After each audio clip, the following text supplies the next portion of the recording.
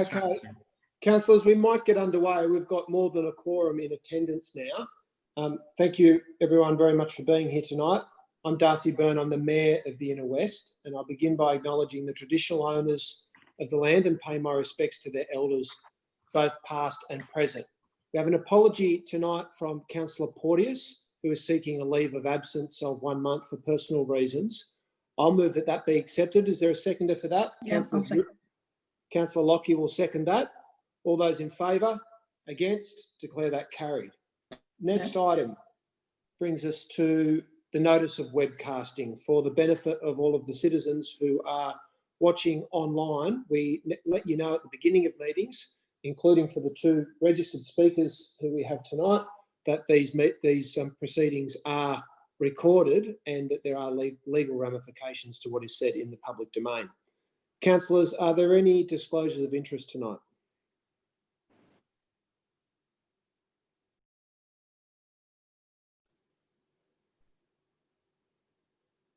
Sorry, councillors, I'll just go back and test that. I was just muted. Can everybody hear me? Okay, I'll just go back to disclosures of interest. Are there any disclosures of interest tonight? No, but could I just comment that it was July 20? Oh, no, sorry. Yep. Can you hear me, Mr. Mayor? Yes, I can, councillor. Thank you. Okay.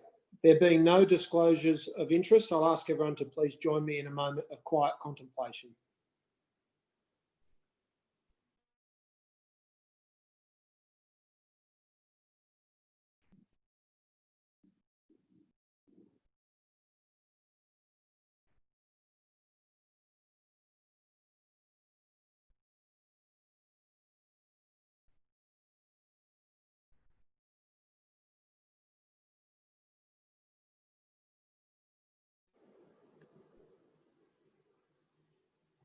Thank you, councillors. We'll move on to...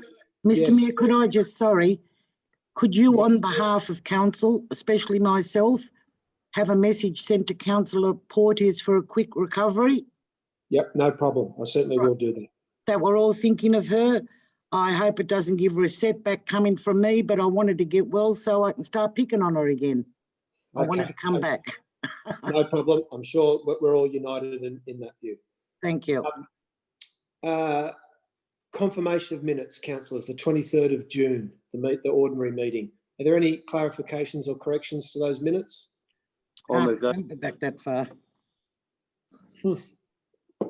So I think that was Councillor Drury has moved the adoption of the minutes. I'll second. Seconded by Councillor Stamoulis. All those in favour? Against? Declare that carried unanimously. Mr. Mayor, could you tell us who's at the meeting, please? No problem. Just before we get to the public forum. And the staff.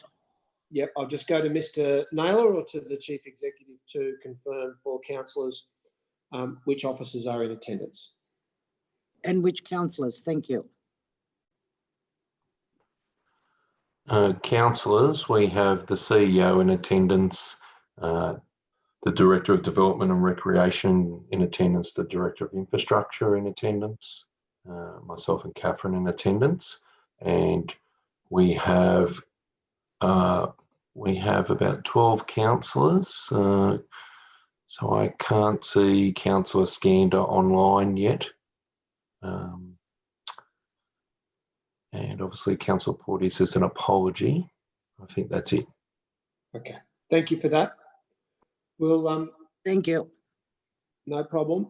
We'll move on to the public forum, which will be the first time we've held the public forum since the onset of the crisis. So thank you very much to the officers for enabling that.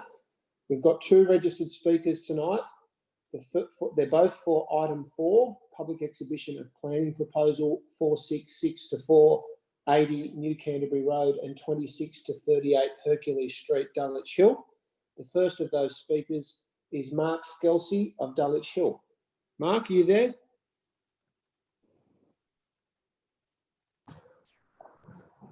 Okay, can you hear me?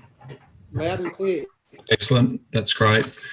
I guess you asked me to talk about the item, Mr. Mayor. That's right, yes. Yeah. So my name's Mark Skelsey, Dulwich Hill resident. I'm speaking in favour of the officer recommendation relating to the planning proposals at Hercules Street and New Canterbury Road at Dulwich Hill. I helped Save Dully Group put its submission together on this proposal. I should say at the outset that Save Dully has never opposed some level of urban renewal on this site, but does not believe this is the right proposal. We agree with the council staff that the current proposal is too tall and bulky, and we've advocated in favour of no higher than 5 stories. In addition, our submission points out our concern that the current proposal is also orientated the wrong way. The highest element of the current proposal at 9 stories is closest to the most sensitive use, which is the Dulwich Hill Public School. This causes overshadowing and privacy issues for the school and its top playground. The intensification of the proposal towards its southern boundary also overwhelms the Greek church, which we would like to see as a local heritage item. It potentially would be better for the development to be orientated towards New Canterbury Road, where these sensitive uses do not exist. In our view, the council report and the eventual reasons for councils not supporting this proposal could be strengthened to better refer to the orientation issue. Our submission also raises concerns about excessive secrecy in the council planning processes for this site to date. The first time the community had an opportunity to comment on this proposal was late last year. However, the former Marrickville Council had been talking to this developer behind closed doors since 2015, and the matter did not come to an Inner West Council meeting until October 2017. If the community had a chance to participate in the planning process earlier on, we may have had a different recommendation tonight. We believe Inner West Council should follow the lead of at least one other Sydney municipality and voluntarily exhibit developer-initiated rezoning proposals as soon as they're received to get initial community feedback, which would have potentially got better input early on. In addition, we note that the council staff report before you shows the proponent only owns 3 out of the 14 lots on this site. It's concerning that a developer-initiated rezoning review requests are able to be made and considered when the proponent owns so little of the land subject to the request. And I thank you for hearing my verbal submission. Thank you very much for that, Mark. Our second and last speaker tonight is on the same item, and that is Judd Agus of Dulwich Hill. Judd, are you there?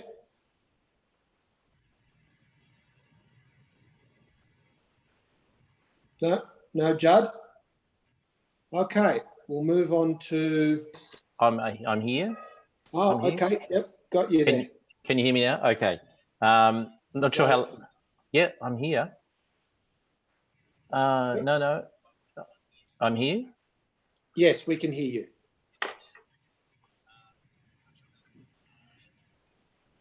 you. Okay, there's a lot of delay. Okay, I'll go ahead now. I'm not sure how long I've got. I just wanted to say a couple of things. One is,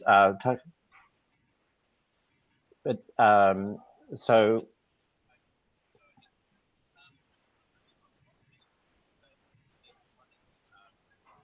totally support the submission made by Save Dully. I made a personal submission on this as well. I'm a resident that lives just in Kintore Street.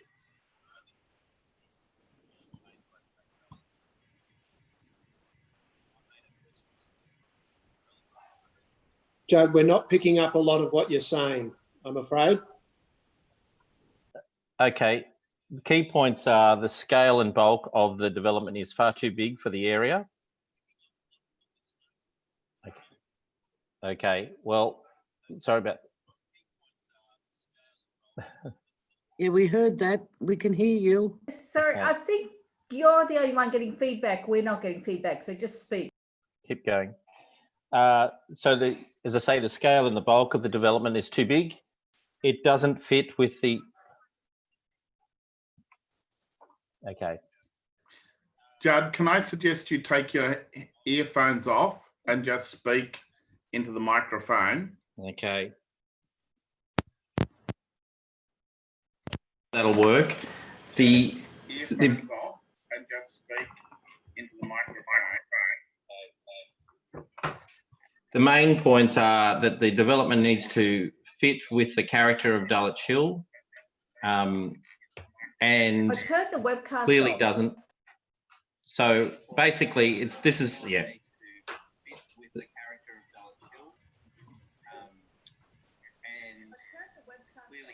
You've had quite a few suggestions. Can I suggest turning your volume off completely so that you don't hear? I'll call the meeting to order. Judd, I'm just going to ask the council officers to try to liaise with you directly, and I'll come back to you as soon as we know that we can hear you, because at the moment we're not Okay. getting any of your contribution at all. So I'll come back to Mr. Naylor in a little bit later during the proceedings to check whether we're able to hear from Judd, and of course there'll be no problem with suspending standing orders to hear his address then.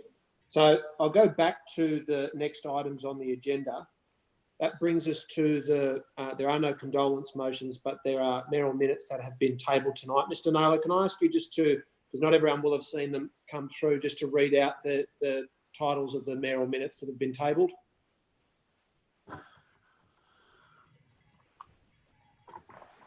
Sure, just a moment.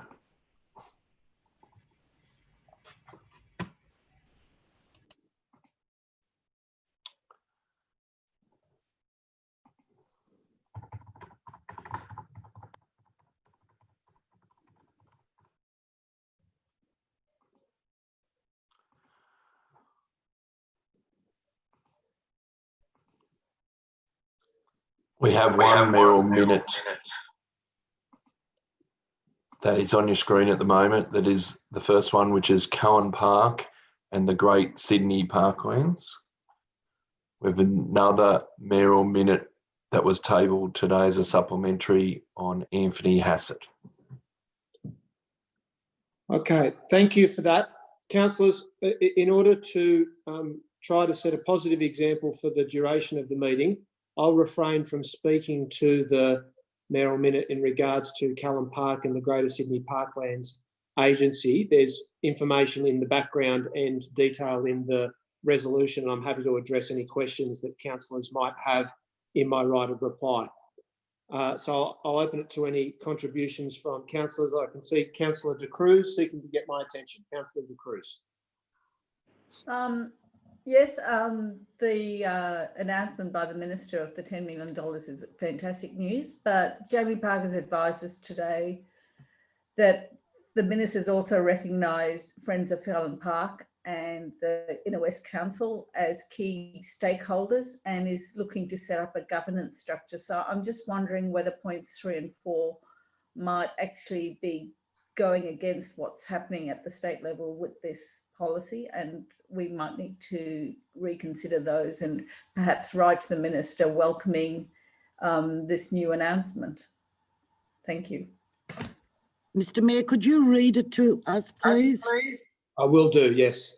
It reads as follows: that Council 1 notes the announcement by the New South Wales Planning and Public Spaces Minister Rob Stokes of a new Greater Sydney Parklands Government Agency that brings together the Centennial Park and Moore Park Trust, Parramatta Park Trust and the Western Sydney Parklands Trusts, as well as the Parklands of Callan Park and Fernhill Estate. Council welcomes the New South Wales Government's $10 million investment in repairing Callan Park. That we write to Minister Stokes and Michael Rose, Chair of the GSP, restating Council's long-standing proposal for the establishment of a Callan Park Trust and seeking at a minimum for the creation of a Callan Park Board to include representatives of Council, local community organisations and local residents to ensure a local role in the governance of Callan Park. And fourth, that we letterbox residents in Rozelle, Lilyfield, Balmain, Annandale and Leichhardt, informing them of the government's funding commitment and surveying their priorities for the new governance arrangements in Callan Park.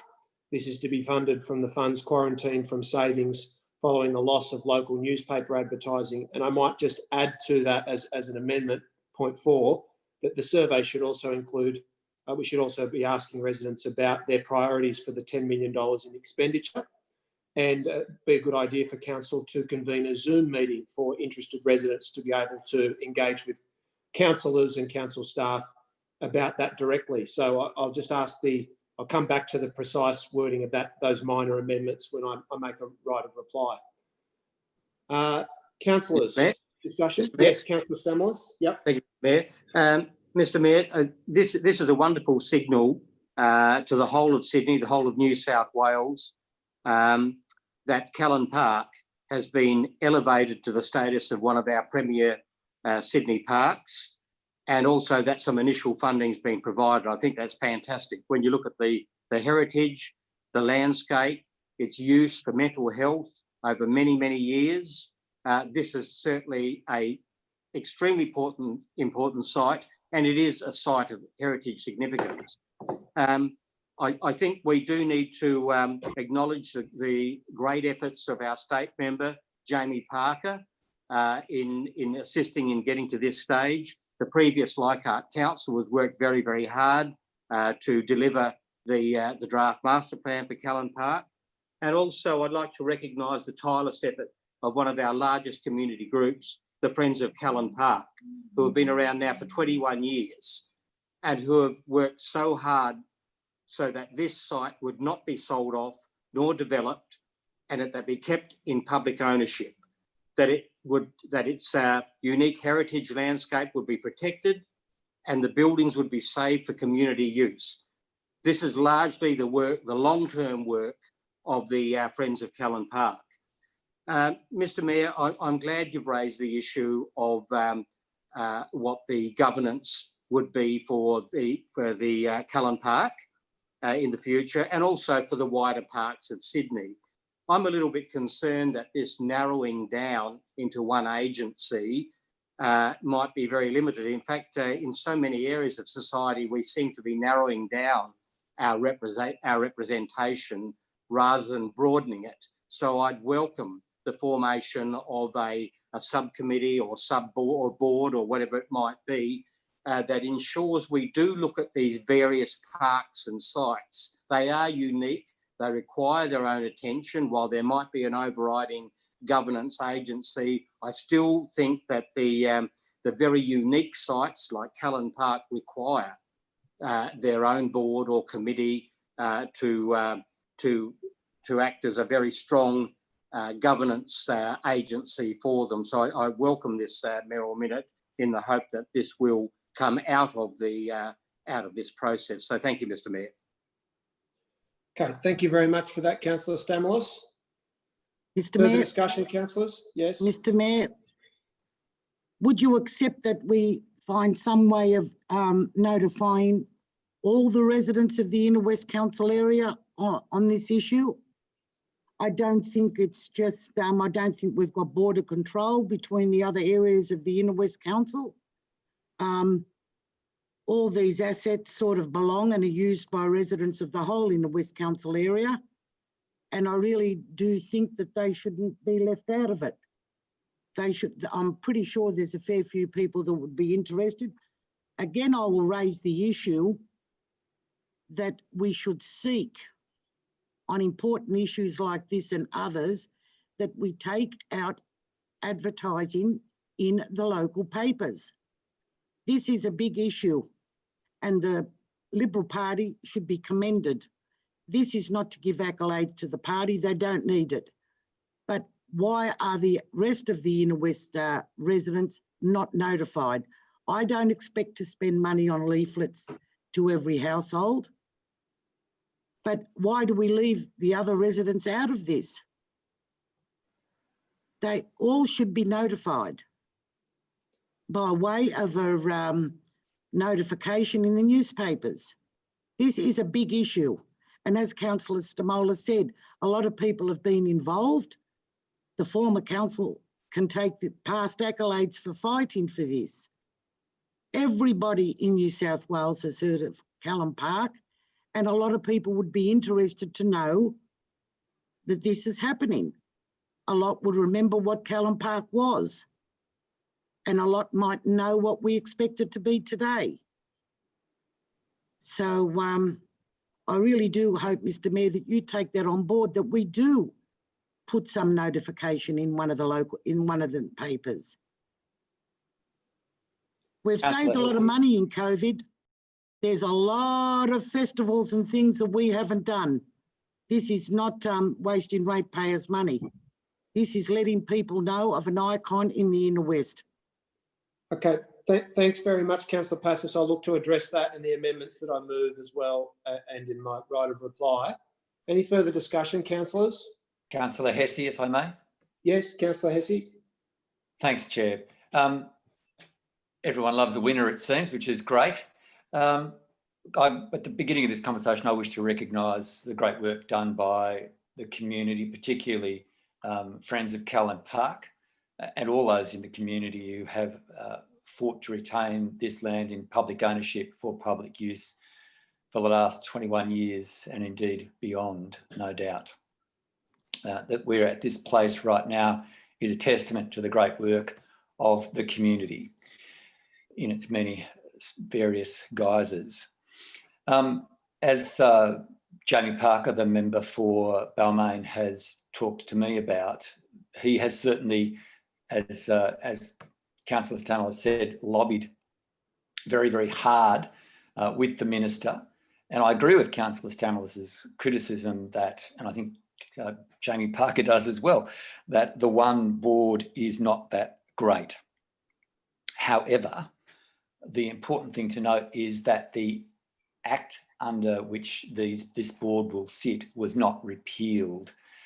So the ability of the government of the day, no matter who it is, to grab the land and turn it into whatever, flats or whatever, is controlled. And I think the other thing that Jamie's managed to obtain from the minister is that Friends of Callan Park and the council as bodies will be given a voice within the new Greater Sydney Parklands agency.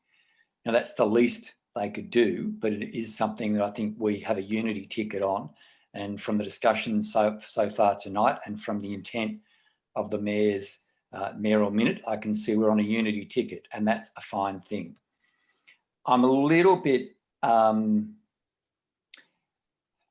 think the question is, how much do we as a local government body seek to duplicate the work of the state? There's no doubt the state member is very active on this. I know, let's be frank, there's political competition around this.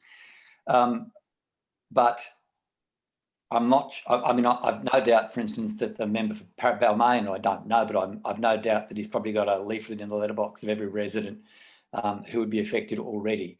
To some extent, council duplicating that process may not be the wisest expenditure of money, because I suspect the aim is the same.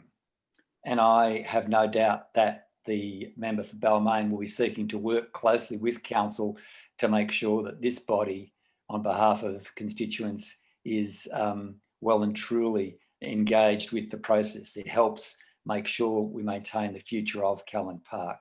I will just finish, and I don't agree with Councillor Passos that we should, I certainly don't agree that we should be leafleting everybody. I think that starts to look a lot more about politics. It's an announceable, but this is a good win. I think we should invite everyone on through who links in with council's emails to let us know what they think about it.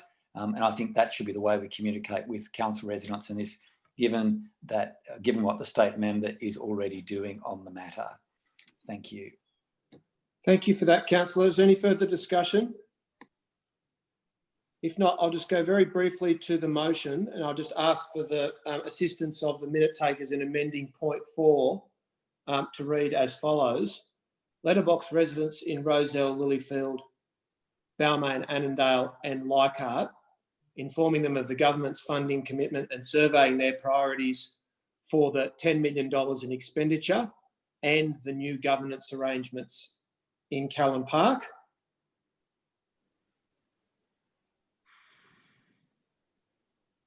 And then an additional sentence between that second last one and the last one.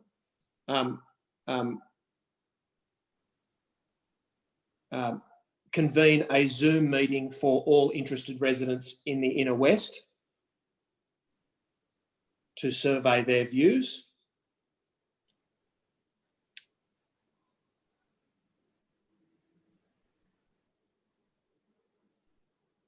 Sorry, Mr. Naylor, I'll just clarify whether you're able to, I can't see any changes, any edits to that point as it is. Yeah, excellent. Yeah. Okay. I think that addresses the issue raised by Councillor Passos. And I guess my intention was not to unnecessarily spend council funds in notifying the whole of the Inner West. It has been my experience for a long time now that not everybody on the far other end of the electorate of the municipality is necessarily as interested or aware of events in Callan Park as people in the immediate vicinity, notwithstanding its very important regional prominence.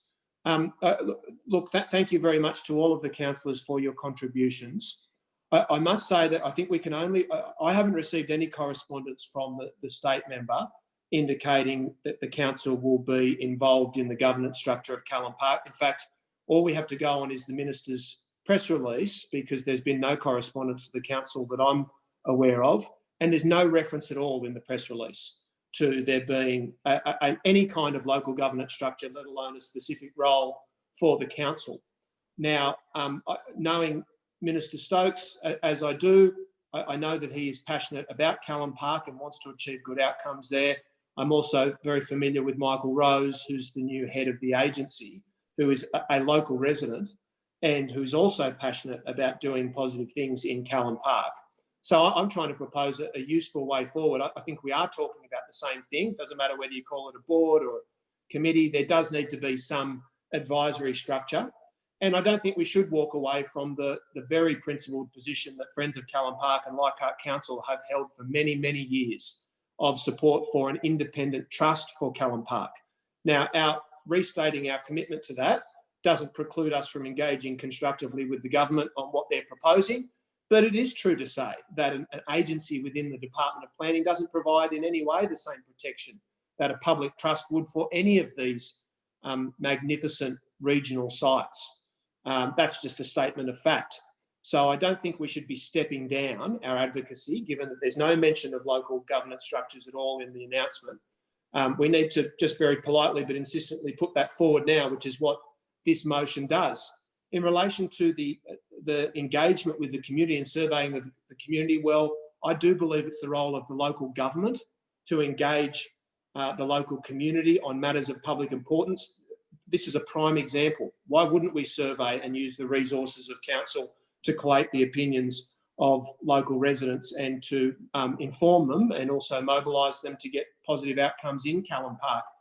I think it's not realistic to suggest that the state members' political office could substitute for the council's community engagement arm in talking to the community about this. I mean, it's great if Jamie Parker has a big email database, but that's not the same as the local government mobilising the local community for what is a community asset. So I don't think there's any problem at all, and I don't see it as being a replication. And I look forward to, it seems that Councillor Hassett and Councillor De Cruz have both been given commitments by Jamie Parker today that there will be a role for council. I haven't received anything in that regard, but I'll take that up tomorrow, and I look forward to a positive result there as well. So I'll now put that motion. All those in favour, please raise your hands and keep them raised. I believe that is unanimous in support. Is there anyone who's against the motion? If not, I'll declare that carried. We'll move on to the second mayoral minute, which is really just a thank you note to Anthony Hassett, who is leaving council or has just left council after serving as the community bus driver in the former Leichhardt municipality for a number of years. Anthony is a very well-loved officer of the council who has developed great and strong relationships with a huge number of seniors in particular who make use of that bus service. But I think it's a bit more than that. He's a figure in the local community who's very well regarded and known by many people. You see him out and about on his bus with a whole cross-section of the community. I know that he's played an important role in being able to facilitate assistance and make connections for older people, particularly people who need assistance with local services. And he's a lifelong Inner West resident. whose family is actually involved in fundraising to get the Newtown Jets out of bankruptcy through what was the family pub, the Carlisle Castle, which councillors will be well aware of there in Enmore. So I think it's important to acknowledge the contribution of people such as Anthony, not someone who's on the higher end of the pay scale, doesn't get mentioned in dispatches very often, but does an incredible job and makes as much difference to the lives of other people in the Inner West community as anyone here at the council, from the councillors and the CEO on down. So I personally want to record my thanks to Anthony, and I know that all councillors will feel the same sense of gratitude to him for his outstanding work. So I'll move that way. Councillor Passos. Yes, Mr. Mayor, I wish him all the best too, even though I don't know him. Is his role going to continue? I believe so, yes. He's just retiring or leaving. It's not that the service is being discontinued. Okay, thank you. Councillor De Cruz. Yep, I've met Anthony and had the pleasure of having a ride a couple of times. I think once to Balmain Hospital and another time from Norton Street to Annandale. He provides an exceptional service, and I've also had disabled people, not only seniors, advocating that we need to maintain this free bus service. And I think all of these services rely on an individual performing their task beyond above and beyond just a day job. So I think, yeah, I'd like to add my gratitude to Anthony, and I hope that council continues to provide this wonderful free service and community bus to our residents. Thank you for that. Any further discussion, councillors? If not, I'll put that. All those in favour? Against? I declare that carried unanimously. Councillors, that will bring us to now I might just go back to Mr. Naylor to see whether we still have the gentleman who was seeking to make a contribution from the public gallery earlier. And have we been able to resolve the audio issues for Mr. Aegis? For you, Mr. Mayor, I have contacted Judd. I think Judd might be aware that it was the webcast playing through his PC that was providing the feedback. So I can see him there ready to talk, now. So we can try it again. All right, let's give it another go. Over to you, Judd. Okay, thank you. Apologies. Yes, it was the live webcast. Look, as I said, I made a submission on this development. I'm a local resident. I live around the corner in Kintore Street, just down the hill near the school, and support everything that Mark said from Save Dully, particularly around the impacts on the school and on the Greek church. And I just wanted to sort of draw out the point about the Greek Orthodox Church, which is on the corner there. That is the point that the development is just huge in terms of scale and bulk. And the Greek church is part of the heritage of Dulwich Hill. It's part of its character.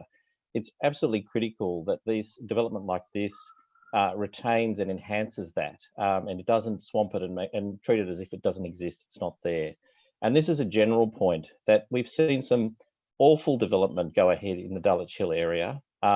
Opposite Johnson Park is an absolute, I can't think of a better word than an abomination. And I can't believe that that has been allowed to be approved. You see that at Dulwich Hill Station, you've got some really poor development that's been approved by council there.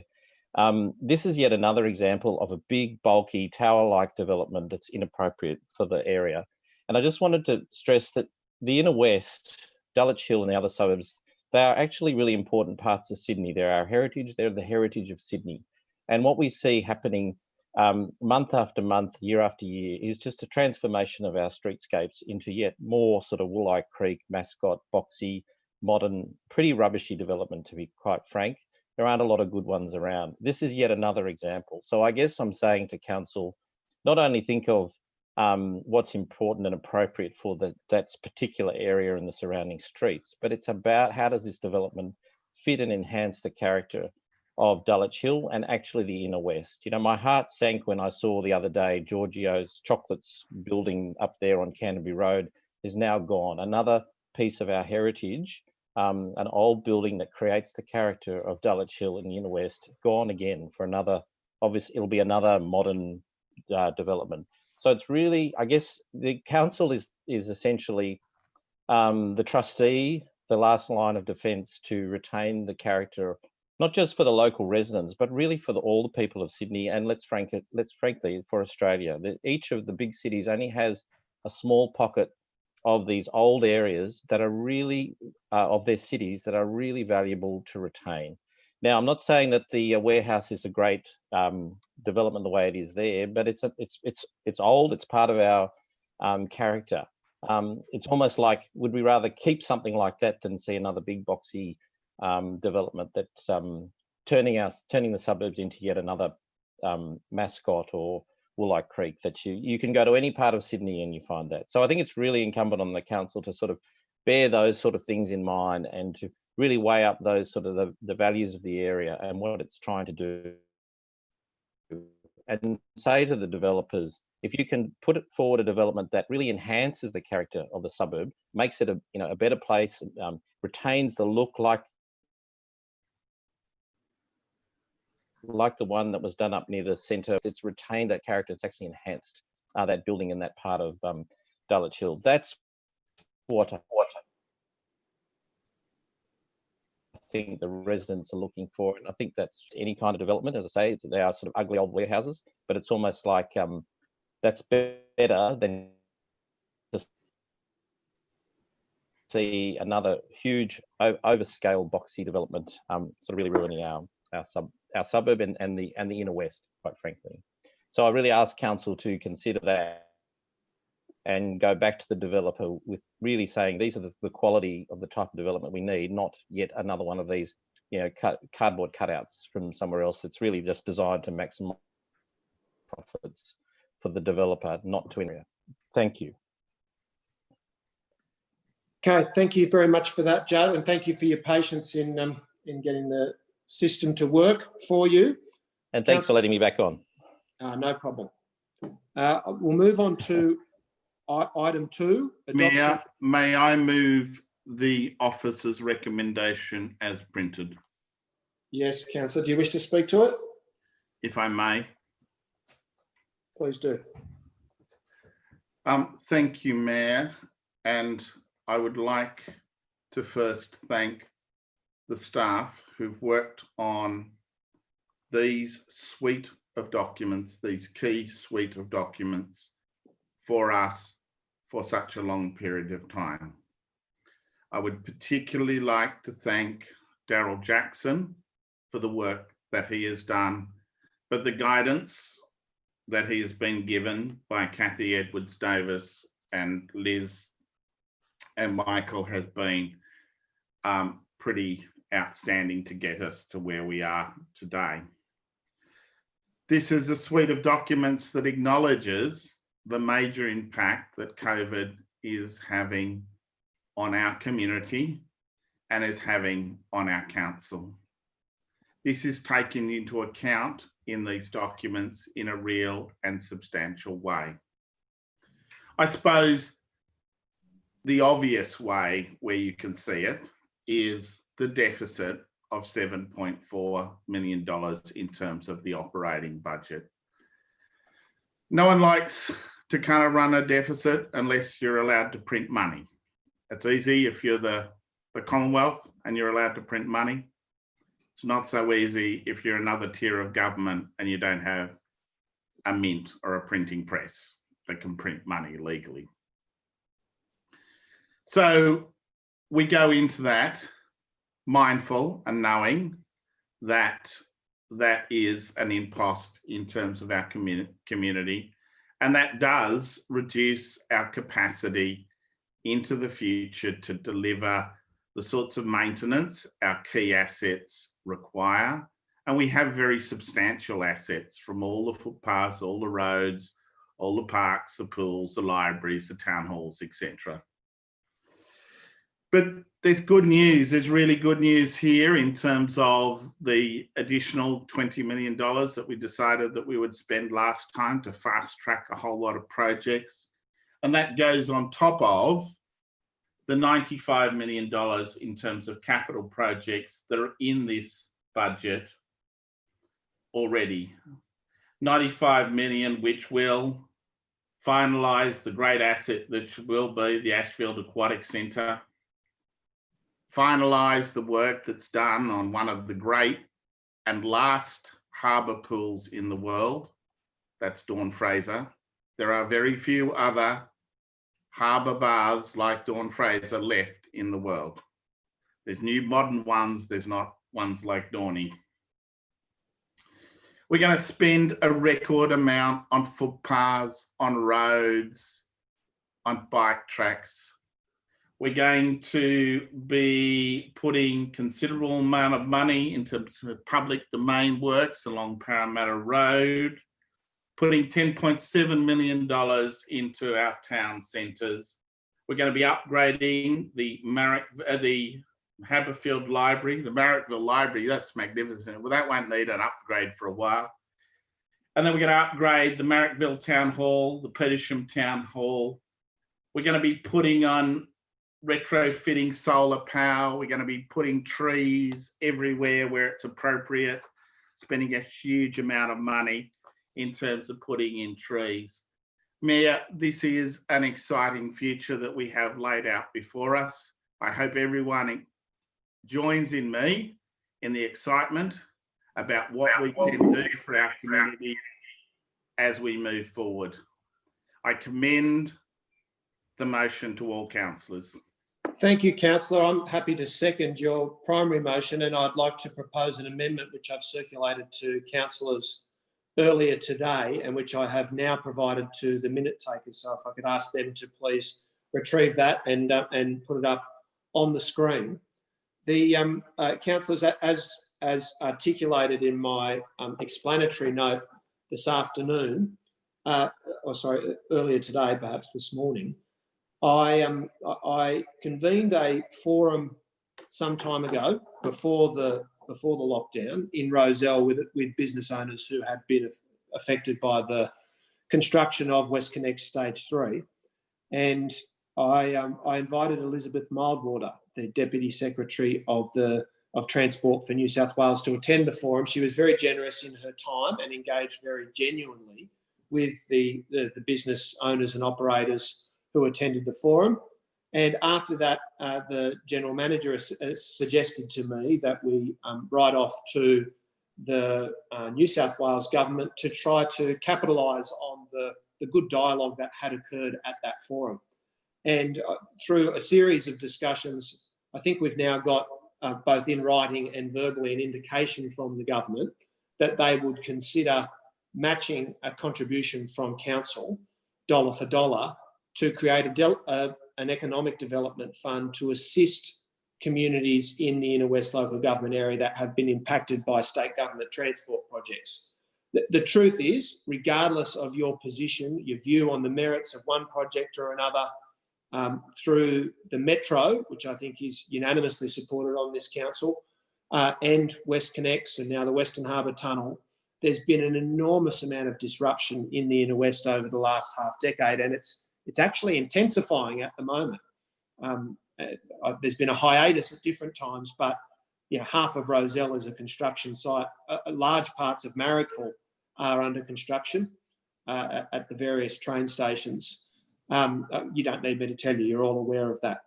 And so I want to propose that the funds which would have been expended on the Dulwich Hill, Summer Hill and Marrickville festivals be quarantined for the purpose of economic development, that we write to Transport for New South Wales seeking a matching contribution from them towards an economic development fund, and that should include not just the Balmain Peninsula as was initially discussed, but it needs to include all of the suburbs in the Inner West that have been impacted through these projects. Suburbs such as Haberfield, Tempe, St Peters, Marrickville, Newtown, Leichhardt, and as well as the Balmain Peninsula. And that pending the agreement of Transport for New South Wales, that we consult with the Chambers of Commerce and the Economic Recovery Task Force on how the combined funds can be used immediately to support local businesses. To put that in context, the existing economic development budget for the Inner West is under $200,000. So this would be a very significant increase at a time when it's obviously desperately needed. So I'm not proposing that we commit to expending those funds tonight, simply that we set the money aside and see if we can't get the New South Wales government to make a new contribution, as they've indicated their support for, and see if we can double that amount and put that towards very important work in the Inner West in the months ahead. So I'll move that as an amendment. Councillor Drury, are you willing to incorporate that into the primary motion? Councillor Drury, are you there? Yes, Mayor. Terrific idea. Okay, thank you. Councillor Hesse. That's incorporated into the primary motion. Councillor Hesse. May I speak, Mr Mayor? Thanks. Yes, I'll go to Councillor Hesse, then Councillor Passos. Thanks, Chair. And look, I too would like to give my thanks to Mr Jackson, Ms Whiting and Michael Deegan, the whole senior team for all the work they've done on the budget. It's been a difficult process, and I think with COVID-19 and not one we would like to repeat. I think not being in the same room to discuss these serious matters, these important matters, does make for some difficulties in getting a grasp of it all. But I do thank you very, very much. Look, I'd just like to say thank you also to the Mayor for his motion. But look, I'd like to offer an amendment, if I might, and that is that we add an additional point, and perhaps the mover of the motion might be, well, Mr Councillor Drury may be amenable to this, is that the motion should also write to the relevant state MPs asking for their support and inviting their participation in any subsequent meetings, and request the government to back this proposal. I really do think that all three MPs, Joe Halan, Jenny Leong and Jamie Park would all be pleased to support this and are aware of the problems that confront our area at the moment. So I'd simply like to add that, and if Councillor Drury is amenable, and I'm happy to shoot some words through. Sounds like a good idea to me. Councillor Drury, if pending Councillor Hesse supplying the words to the minute taker, you amenable to that? Yes, I just note that there are 4 state MPs, including the Leader of the Opposition. Oh, okay. I wasn't aware that Jodie Mackay had any of our area, but it must be a couple of blocks, Mark. Oh my goodness, she's very proud of that area. I'll include 4 MPs, Mark. Thank you. Bit far west for Councillor Hesse, eh? That's just a joke. Just a joke. I went to Ashfield the other day, Councillor Byrne. Yeah. Sorry, I actually think the member for Heffron has actually got some representation. Yeah, well, Councillor Hesse left him out too. Right. Poor old honey. Quite right, Councillor De Cruz. I'll include Uncle Ron as well. That's the South fan solidarity coming through. Okay, Councillor Passos. Yes, Mr Mayor. Yes, there seemed to have been a lot of work gone into this. I thank the staff for that, but I won't be supporting this. And Councillor Drury's fantastic speech about how we're going to do so much. It's a pity we haven't been doing it. And to say that the swimming pool include that in it, no, that will never be finished. The rates were risen for the Ashfield residents in perpetuity. People weren't told that. They didn't have an increase in their rates just till the pool costs was finalised. They weren't told that their rates are where they are in perpetuity, and to sit back now and say we're going to get all these new beaut things done. I'm aware of resolutions that haven't been acted on for years. It's good to sit there and to say, oh, this is fantastic and we're going to do all this work. The past will tell you it's never been done, as you can see by the infrastructure backlog. So coming up with all these words and saying how fantastic we are, if we were so fantastic, we wouldn't have been amalgamated. We wouldn't have potholes all over the place.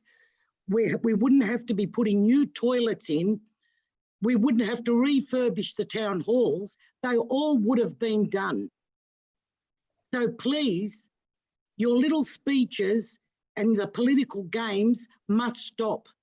Go out and speak to the people and see how the people feel about this. And it's unacceptable.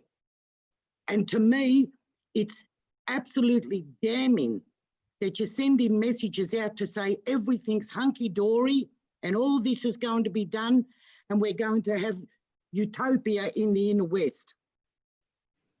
It's no good talking about it. Lead by action. And apparently, and I can see there hasn't been any. All we're doing is playing catch up and all we're doing is misleading the residents. I'm opposed to these charges and I'm opposed to the comments that Councillor Drury has made. Very good with his speeches, but the speeches never ever tell the story how it really is. Councillors, further discussion? Councillor Byrne. Yes, Councillor Kiat.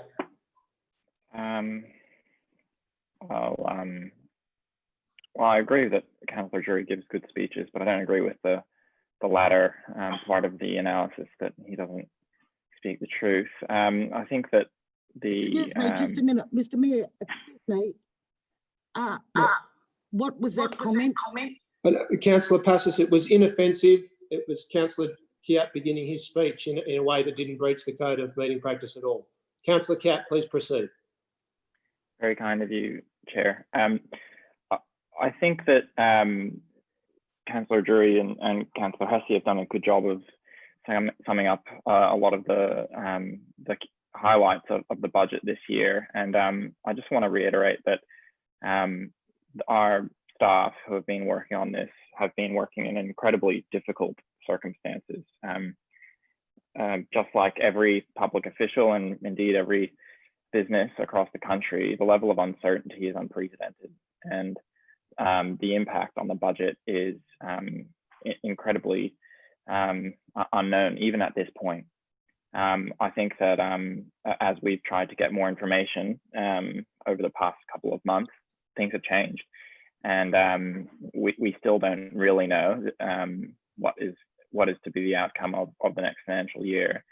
More so than ordinary budget years where things change quarter to quarter, we really might see significant variations that we just couldn't have accounted for. In particular, I wanted to draw attention to the impact of COVID on our revenue. It is mentioned in the key drivers under section 4, I believe it is. I've circulated an amendment just to include, for the benefit of our community, a figure to go with that key driver, because I think it's of benefit for our community to know just how much COVID is costing us in terms of revenue, and how much more it could cost us if the conditions don't improve in the way that we expect them to. The other point that I wanted to put forward as an amendment related to some information that came to us today in the form of a supplementary report, which is at item 20 of tonight's agenda. I feel like it's more properly dealt with this item, and I would just like to propose an amendment consistent with the advice of the council officers that we could include actions with some particular strategies that did not have actions associated with them. Again, this is for the benefit of our community, so that they can see when they're reading the budget that in relation to these particular strategies, there are initiatives that we're taking to address them. If that, looking at the text of that, it might not make as much sense out of the context, but have a look at item 20, where our council officer's advice is recorded. And look, these are two minor amendments to really bring some information to the community that is available to councillors. Support, Mayor. Okay, that's incorporated. The Kiat amendment is incorporated into the primary motion. The Hesse amendment's also been incorporated into the primary motion. Councillor Stamalis. Thank you, Mr. Mayor. Mr. Mayor, look, it's always exciting to point out the half dozen things that council are going to produce in a budget, and I credit Councillor Drury for pointing those out. But the important thing is that sometimes by doing that you can appear to be a little bit detached from what our community are looking at in the way that we're spending our money and what we're doing. So I think there's the pros and cons of doing that. I think our community are looking at what's happening at ground level, some of our basic services, how they're changing rapidly before their eyes, and where that money might be going to now. I think they're particular concerns of our community. They're looking at the COVID scenario where certain council services aren't being provided and how we might be moving in different directions to facilitate better responses for our community. So it's not all exciting. It is exciting, but it's not all exciting for our community. And I'm sure that if we popped out there and asked some questions, we'd find that our community may not be as excited as us about the budget, in particular issues such as the merger, which we're now into our 5th year of the merger, and we're still yet to deliver on those major outcomes, financial benefits, infrastructure benefits that were supposed to flow on. You'd think now in year 5 that we'd start seeing some of those being manifested, but that's not the case. So certainly there's positives in the budget, but I think there's other issues. In particular, I think there's point 3 there is a very significant issue for our community. And I might pose the question now, where are we at in terms of development of council's new rating structure? When do we propose to start discussing this with our community and also discussing it with councillors, I expect, but in the sense that we'd want to get out there and start fleshing out some of these details. Could I put that question to the relevant officer? Thank you. I'll put that question to the officers. Thanks, Mr Mayor. We've already provided some information on the rating structure to councillors. Once the budget is approved, we'll provide further detail of the proposed harmonisation to councillors and a process to engage the community as part of that discussion. So we'd expect that in the second half of this year, or would that be early next year? Through the Mayor, Councillor, we hope to do that in the next few months. Thank you. Okay. And additionally, fellow councillors, that in item 4, I noticed that some of the interest rates applied are quite punitive, and I would expect that in this day and age we would be looking at possibly reviewing some of this with the Department of Local Government. Penalties at the rate of 7% in the current environment are very, very high, and in particular it worries me that we'd impose a very heavy financial penalty like that on a household, whereas when that household might be in difficult financial circumstances or disadvantaged in some way, and we're applying interest rates of 7%.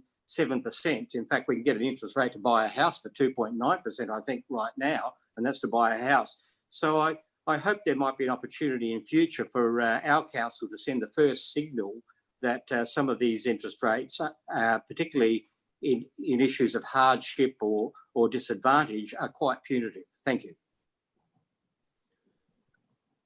Okay, thank you, Councillor. I've got Councillor De Cruz. Thanks, Mr Chair. I'd just like to move a further amendment to actually inform our residents of what's actually in the budget through a newsletter. It's quite common for councils and governments to produce nice little infographics saying this is where your rates is going, this is what's happening. And I think that could be actually combined with one of the things with the Ashfield pool is we really want people to sign up to membership of that pool to make it viable. So I think those kinds of things can actually be included in the newsletter. And of course, you just mentioned the idea of the Callan Park, the developments at Callan Park, and then of course the economic development, and of course generally what kind of support we're providing for COVID-19. So I'd just like to move the amendment that we have. Councillor De Cruz, I'm aware that exactly that has already been produced by the council officers, and I believe has gone to the printers already. or is about to go to the printers following the adoption of the budget, a rates-specific newsletter. And there is information contained within that about Ashfield Aquatic Centre. And given we've already resolved the issue about Callan Park, that part is redundant. So I think your amendment has already been addressed by the council officers. Further discussion, councillors? Okay, if there's no further discussion, I'll go to Councillor Drury for a right of reply.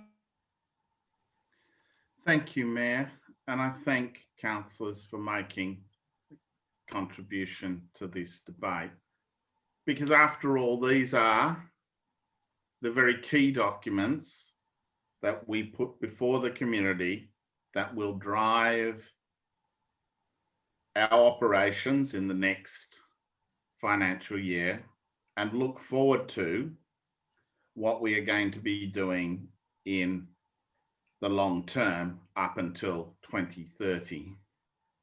They're important documents that move us forward and continue to move us forward. And yes,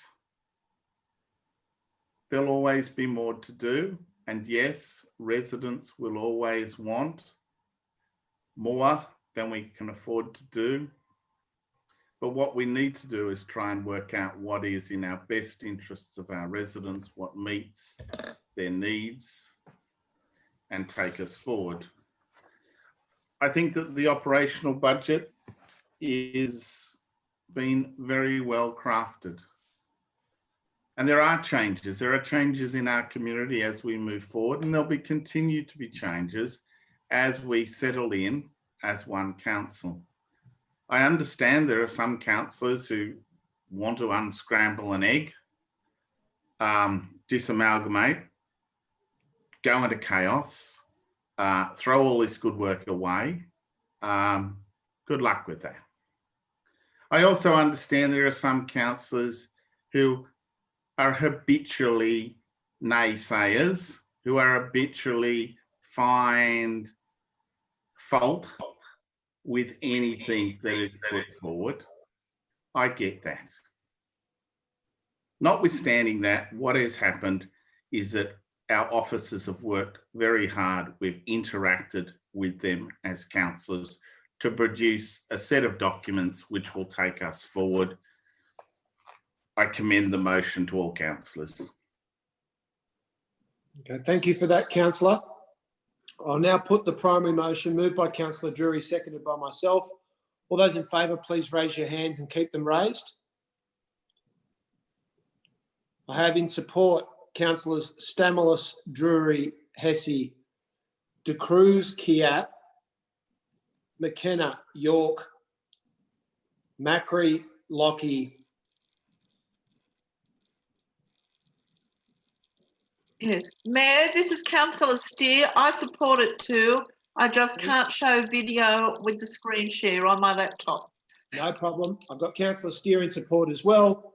That leaves Councillor Passis is against. That has been carried. Just a moment, Mr. Mayor. Where is Councillor Recipients and Iskander? Chair, if I may, Councillor Recipients, I was just waiting for a moment to interject. It's said for me to pass her apologies. She's unwell today. Okay. Well, I think it's safe. I asked if there were all the councillors were at the meeting. Yeah, and Mr. Naylor informed you that that 12 or 13 were, and I think that is. I think I was informed that only Councillor Porteous wasn't there. Where's Councillor Iskander? Councillor Iskander is not in attendance, and neither is Councillor Recipients. So I'm going to come back and deal with their apologies momentarily. But I'll just finish. It's a bit late for the apologies, isn't it, Mr. Mayor? Never mind. Continue. I'll come back and deal with that issue. So I'll that has been carried. Can we have the vote again? No, it doesn't need to be recommitted. It's on your screen right now. Well, I'm opposed. Yes, and you're the only one who is. Yeah, I'm the only one at the meeting who is. Thank you. Yeah. Okay. Thank you. That has been carried. Next item is item 3, planning proposal for 13 to 55 Edinburgh Road, Marrickville. Councillors?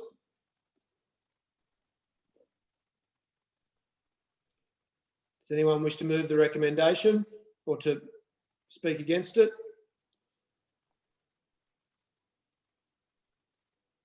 Chair, I'll move the recommendation. I'll Councillor second. Macri is moving the recommendation. Do you wish to speak to it? No, Chair. Councillor De Cruz is seconding it. Is there anyone who wishes to speak against that or amend it? If not, I'll put that. All those in favour? Against? Declare that carried unanimously. Is there any councillor against? No, that is unanimous. That brings us to item 4. Mayor, may I move the officer's recommendation on item 4, Yes, do you wish to speak to it? if I may? Please do. Once again, I would like to thank the officers for this report and highlight the work done by Alan Chen and Harjit Atwell. I think that this has been a very solid piece of work done by our officers in relation to this planning proposal.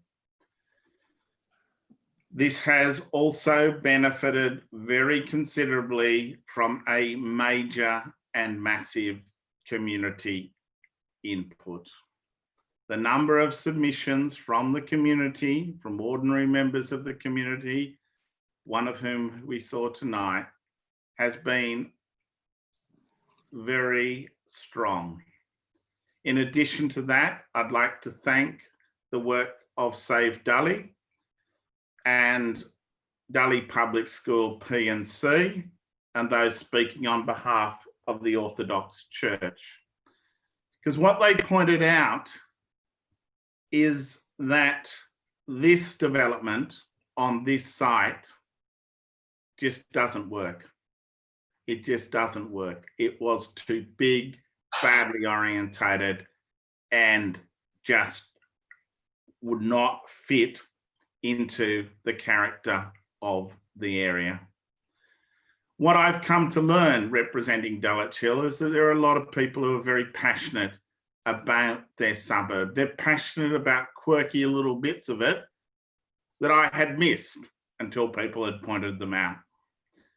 They love the place that they live and they want to have sensible and orderly development. It's been refreshing dealing with organisations like the Save Dully Group who don't say we oppose all development. It is refreshing to actually work with a group that does understand that there will be development in the area, but what it needs to be is development that maintains this central character, the things about Dully that people love. And that is the sort of submissions we got from that group. That's the sort of submissions we have from the residents. And I commend the resolution to all councillors. May I speak, Mr. Mayor? Councillor Passos, do you wish to second the motion? Yes, I second the motion, and I have 2 questions. Okay. Through you to the officers. Did we receive those submissions? Have we seen those submissions from the church and the Save Dully group and the other people? Put that question to the officers. Through you, Mr. Mayor, yes, all the submissions have been gathered and submitted and considered by council officers and are sitting in a community engagement outcomes report on council's website. Oh, so councillors, we weren't given those submissions separately? I think a link was provided. Councillors. It was a link, was it? Okay. Second question. Yes. Second question. Who are the developers? Well, the proponents. The proponents here of the proposal. Okay, I'll put that question to the officers.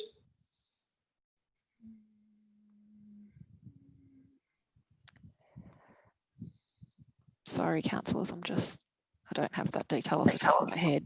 That's okay, I'll come back to you if you like. Yep. Councillor Passos, I'll come back to that question. Thank you. Okay, further discussion? Councillor Byrne. Yes. Councillor Keat first. Yes, thank you. Councillor. I'll be brief. I don't have much to add to what Mark, Judd and Councillor Drury have said, but I do want to thank them for Mark and Judd for participating in the meeting and also for their submissions. And I'm just incidentally, I want to thank Mr. Naylor or the team involved in ensuring that we could have our community speak at our council meetings again. And Mark and Judd were the first to do so since we've been online. And it went very well, I thought. So congratulations and well.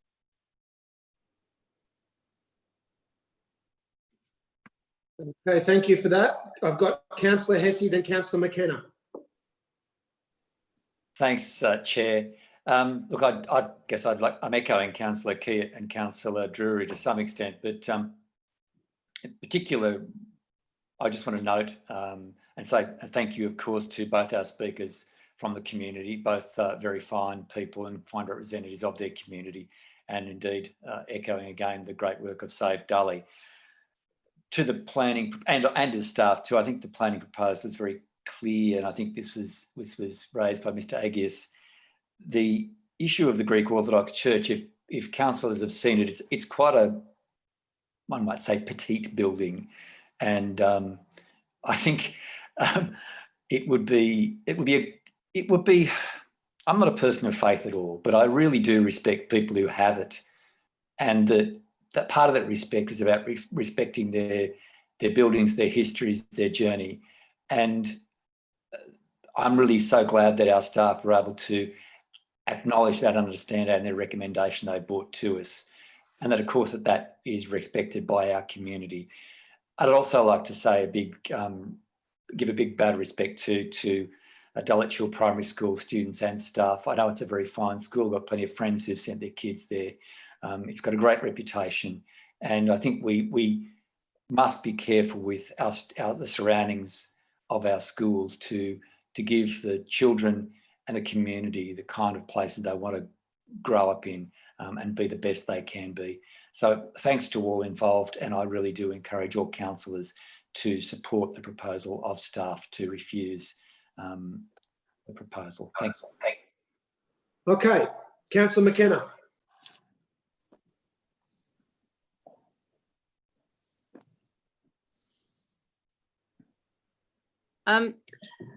Just a question to the officers, please. Some time back, when David Birds was the group manager, there was some general discussion about the planning proposal process, the unsolicited planning proposals, and the Ashfield process of advertising and informing the community when the actual proposal is first proposed rather than 3 years later, like is the case with this one. That issue was raised with by one of the speakers tonight, and I wondered if there's any thing afoot to move to that model rather than the current model that was used in Leichhardt and Marrickville. Councillor McKenna, my recollection when I heard that comment earlier was that you actually amended the policy through a resolution to require that. No, we talked about doing it, but I didn't, and because David Birds, was it going to be sorted in the development of the new LEP? Okay, all right. Well, I'll put that question to the officers then. Through you, Mr. Mayor, the recollection is correct. So this particular proposal was submitted originally to Marrickville Council. It's been around for quite some time, and hence that community engagement framework was applied to that initial assessment. We're certainly reviewing the engagement framework as it relates to planning proposals right across the Inner West LGA to harmonise and establish a consistent approach. And that will that framework will obviously require that framework itself will require community consultation, and we're expected to adopt that new approach at some point in the near future, and certainly likely to line up on or about the same time as the consolidated LEP, I would expect. Thank you. If I may, Mr. Mayor, the question in relation to who the proponent is a company by the name of Angus Development Pty Limited, and on page 2 of the council officer's report, you can see a landholder ownership map on that. You can see which sites that proponent actually owns. Thank you very much for that. Okay, councillors, is there any further discussion? If not, I'll go to Councillor Drury for a right of reply. Thank you, Mayor, and thank you, councillors. It looks like this planning, the proposal to suggest to the Minister for Planning that this planning proposal will not proceed is unanimously supported. I think that is our community speaking very clearly to the Minister. But councillors and residents, this is not over. The Minister needs to make a decision.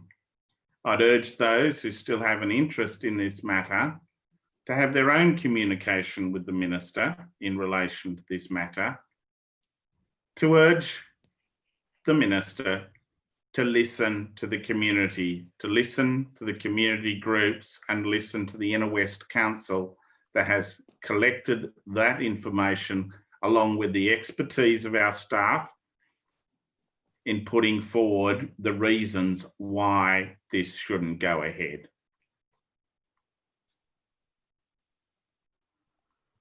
Okay, thank you for that. Councillors, I'll now put the Drury passes recommendation. All those in favour, please raise your hands.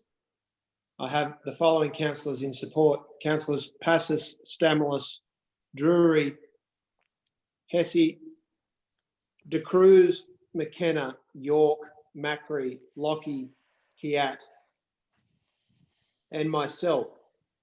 Councillor Steer, are you in support? Yeah. Councillor Steer is in support. That has been carried unanimously. This is Councillor Steer. I want to be recorded as voting. Yeah.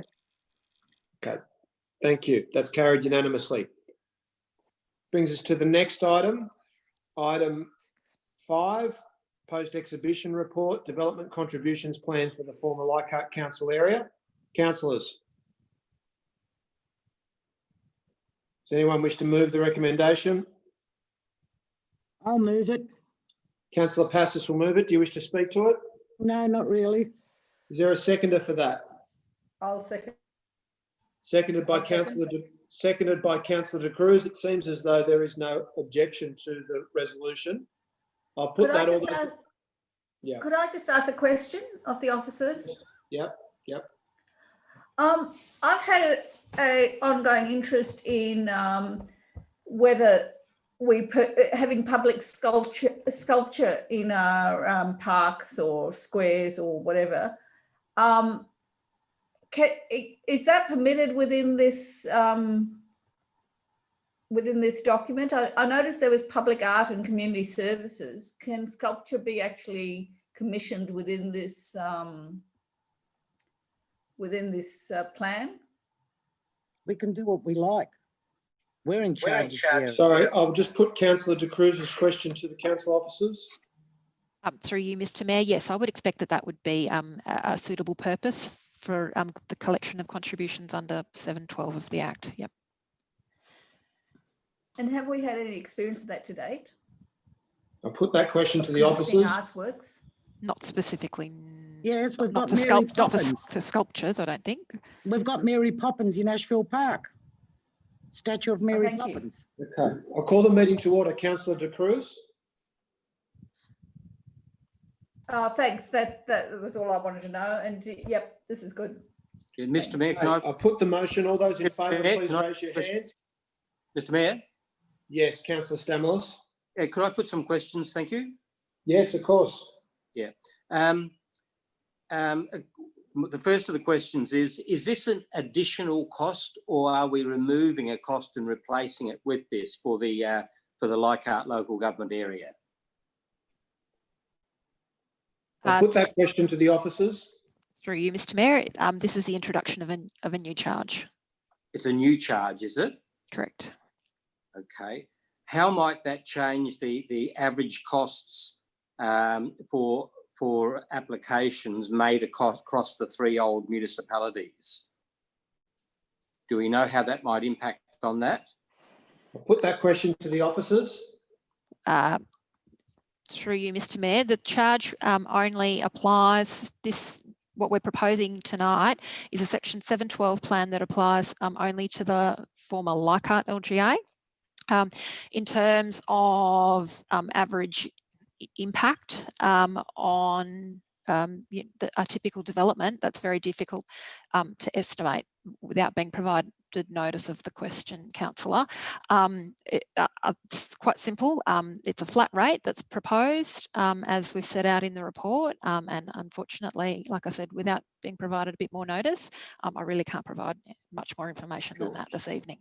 Yeah, it's just that, do you think it might swing the balance out in terms of the average cost of an Ashfield, a Marrickville and a Leichhardt development? Do you think that that will cause Leichhardt to escalate in average cost? I'll put that question to the officers. Through you, Mr. Mayor, what this means is that the contributions that would be payable on, say, for example, your typical alterations and additions to a dwelling or a new alterations and additions would be exactly the same charge across the 3 former legacy council areas. I was talking about the average. That's okay. Now, how many developments will this affect, or how many DAs do we get in the Leichhardt LGA, and what percentage would this impact on, do you think? I'll put that question to the officers. Again, ballpark councillors, on average in the former Leichhardt LGA, you would be dealing with around somewhere between 500 and 600 development applications a year. In terms of a percentage, for example, that this charge would apply to, could be, again, having not been provided notice, my best estimate would be somewhere between, say, 65 and 75% perhaps. Okay, thank you for that. Mr. Mayor, yes. If I could just quickly through you to Elizabeth, this is an equaliser, isn't it, Elizabeth? I'll put that question to the officer. That's correct, councillor. Thank you. It's about time Leichhardt paid their bills. Go on. Okay, there's no further questions. I'll put the motion. All those in favour, please raise your hands. All those against, I believe that's carried unanimously. Is there anyone who's against the motion? One against. Councillor Stamoulis is against. That has been carried. Next item. Local Traffic Committee, July 2020. Councillors, any amendments? Happy to. No, Mr. Mayor, but I do have a few questions. Okay, Councillor Passos. Yes. Is there any way we can be given a list of resolutions from the Traffic Committee that haven't been actioned as yet to date?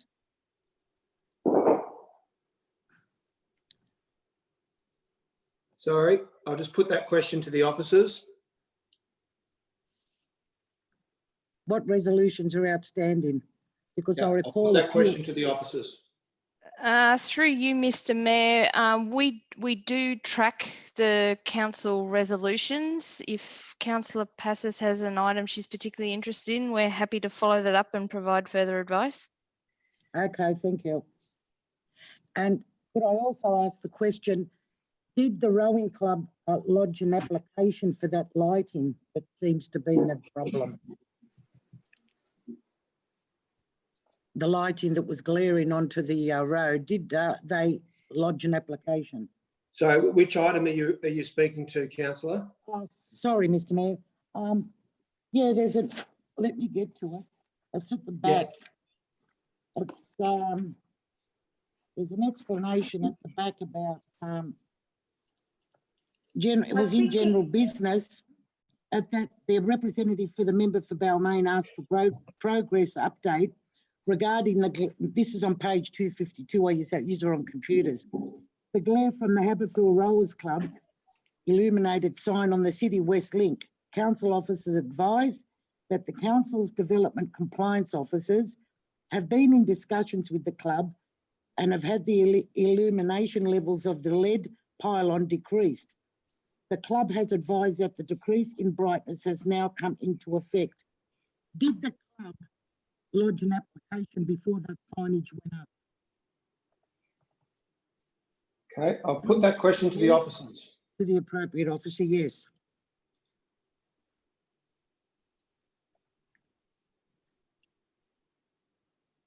I'll put that question to the officers. Is there anyone able to answer that? Sorry, Mr. Mayor, I actually missed the last part of Councillor Passis's question. Sorry. Yep. I'll ask her to repeat it. Did the Councillor club Passis? lodge an application for that signage? For the Did they lodge pylon an sign? application for that signage? Yeah. Yes, absolutely. They did. Yep. And so why was there a problem with it? Wasn't it checked? I don't know the specifics enough about that particular matter, Councillor. Can I speak to somebody about that through the week? Absolutely. Give me a call. Thank you. Okay. Thank you for that. There's no further discussion. I'll put the motion. Sorry, did we have a mover? I'll move it. Councillor Macri will move it, seconded by Councillor McKenna. All those in favour, against, declare that carried. I think that's carried unanimously. Is there anyone who's against? No, that's unanimous. Item 7, Local Government Remuneration Tribunal determination. Councillors?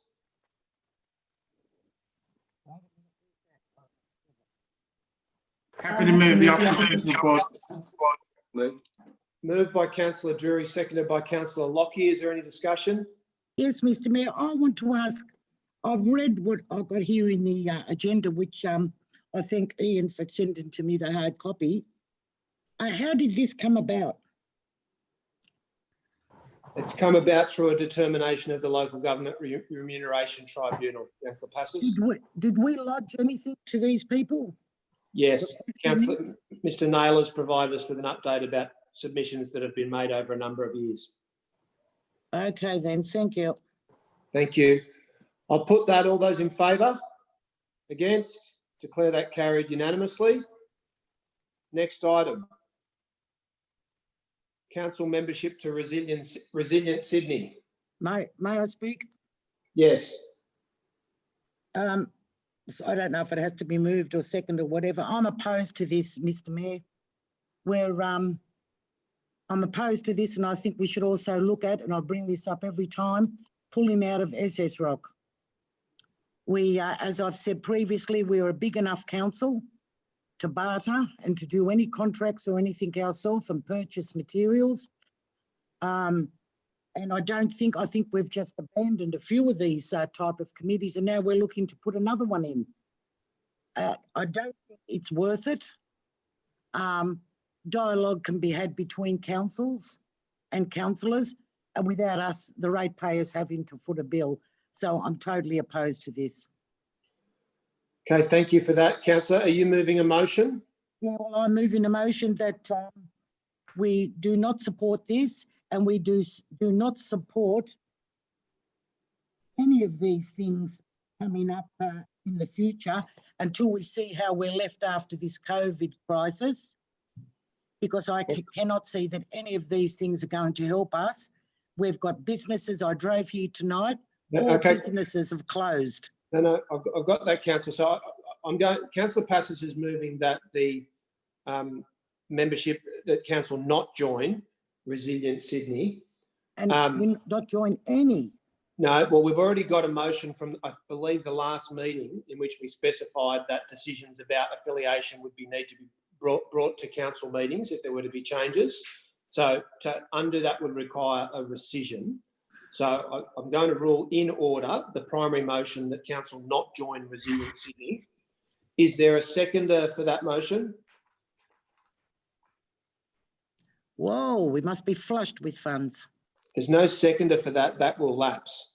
I'd like to move the motion, Chair. Councillor Hassett will move the officer's recommendation. I'll speak briefly to it if I may. Yes. Thanks, Chair. I attended a conference a couple of years ago where the resilience officer from the City of Sydney spoke. And indeed, the issues that she raised, I mean, she looked at put that conference around the threats of climate change and global warming. But of course, we are in a situation in this city, in this state, in this country, around the world, of a crisis around COVID-19, its health effects and the economic effects that flow from that. Working with other local councils and other levels of government to structure our local government so it can respond effectively and quickly to these kind of events where we can share experiences is very, very important. That won't be me, I'm sure, but it will be others in a West Council. And I think it's a relatively small price to pay for what I think, having heard the officer from the City of Sydney speak at that conference a couple of years ago, something which she had a great deal of, I think, useful knowledge to impart to this council at the officer level. And I think that would help inform us as councillors and those who follow us in these roles. So for those reasons, I would support it. Thank you. Can I ask a question? Yes, you can. Councillor. Does the wording of Councillor Hessie's foreshadowed motion need to be amended to say that council join or contribute in some way? Because at the moment it just says that council give consideration to membership. I'll put that question to Councillor Hessie.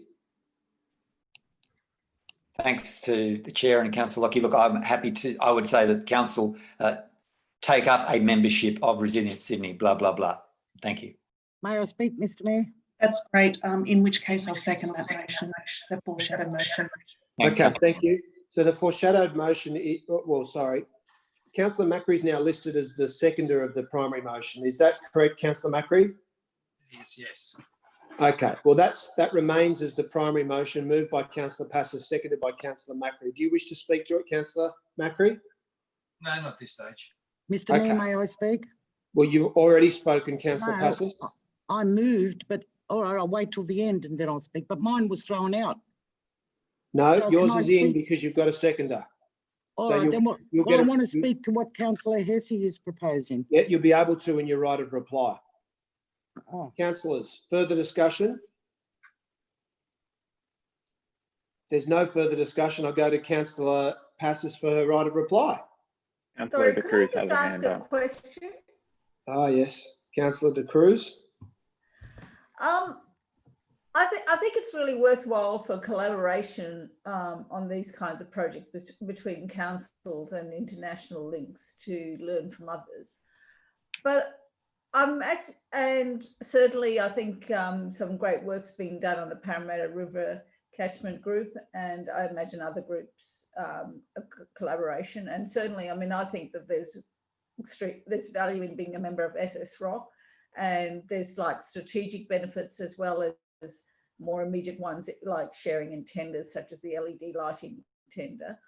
But I'm actually a bit unclear whether this will involve staff being on committees, because it's a bit of a blur whether there are actually any staff on the Parramatta River catchment group involved in the technical subcommittee. So can one of the officers advise on that? I'll put that to the officers. Through the Chair, the idea of this membership, from my understanding from reading the documentation, is the Mayor to represent Council with the other metropolitan councils that are members of Resilient Sydney. Thank you for that. There's no further discussion. I'll go to Councillor Patrick. Councillor Drury, can I make a short contribution? I want to thank Councillor Hessie for his comments, and he's obviously had a look into this committee. Look, on the basis of the information here, I'm not really keen to support our membership for this committee. I'm not keen to see us rejected outright. I would be happy to see the officers consider it further and give us a recommendation based on our existing memberships, our existing capacity, and what they see the opportunities are in joining this this group. But at the moment, and I accept that the information that's been given to us is preliminary in nature. I would be happy to receive more, but at the moment, not happy to make a funding commitment to it. Okay. Well, Councillor Kiat, are you posing that as a suggested amendment to the Hesse-Lockie foreshadowed motion? Look, I'm happy for that to be voted on. I don't propose that Councillor Hesse has to accept that. I understand that he's happy to join at this stage, but if Councillors, yeah, I'm happy to defer for more information if that's where the feeling of council is. We can, yeah, whatever. Mr. Councillor Lockie's happy with to defer for more information. Right. So, Councillor Lockie, are you amenable to that? Can I just, I'm fine with that. Mr. Mayor, I think there's enough information on in the item. Okay. I actually agree with Councillor Pastis, and I'll move the recommendation as printed. Well, the recommendation is for consideration. That we join, sorry. So, can I just make a suggestion then that we do what Councillor Kiat originally suggested, which is put the amendment to a vote? Okay. Well, I'm happy to lead. Well, but there's enough information there. Why are you putting this on the staff? To do what? I'll call the meeting to order. I'm really in your hands, councillors. It will be the movers of the primary motion and the foreshadow motion who will need to determine what we do next. Councillor Passis has tabled a motion that we not join. There's a foreshadowed motion from Councillor Hesse to join, which is now amending into a motion. No, I'm happy. I'm listening to what Councillor Drury and Councillor Lockie said, Chair, and I'm happy to test Councillor Kiat's, have Councillor Kiat's amendment tested as an amendment. So I'd prefer to let mine stand as it was originally. Thank you. Okay, no problem. Well, we'll deal with the Kiat amendment to the Hesse motion. I'll second it. I'll second Kiat. Yep, seconded by Councillor Cruz. So we'll go to Councillor, we'll deal with the amendment first, and then I'll go to Councillor Passis for her right of reply. All those in favour of the Kiat amendment to the foreshadowed motion, that the item be deferred for further information, please raise your hands. That is Councillors Stamoulis, De Cruz,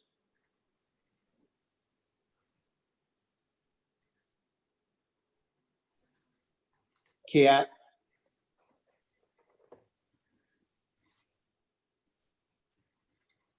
that is all. All those against, please raise your hands. Councillor Steer, how are you voting on this amendment? Councillor Steer. Councillor Steer is having difficulty getting in. How are you voting on this amendment? Which one are we voting for? I'm sorry. I have trouble with my connection, so I'm not sure which one we're voting for. Are we voting for which one? The passes or the amendment? The Kiat amendment. The Kiat okay, no, I'm amendment. not voting for the Kiat. Okay, I'm still not sure which way Councillor Steer's voting. I'm going to... I think that was a not voting for Tom's amendment. Okay. For the first time since the election, Mr. Mayor, I feel sorry for you. Right. Okay, well, we've got Councillor Steer is against. So the following councillors, please raise your hand if you're against the amendment. We've got Councillor Steer, then Councillors Lockie, Macri, York, McKenna, Hesse, Drury, Passis and myself.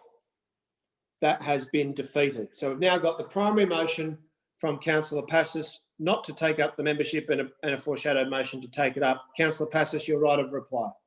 Yes, as I said, Mr. Mayor, if you look at the information that we have and what their mission is, it's everything that's already in place.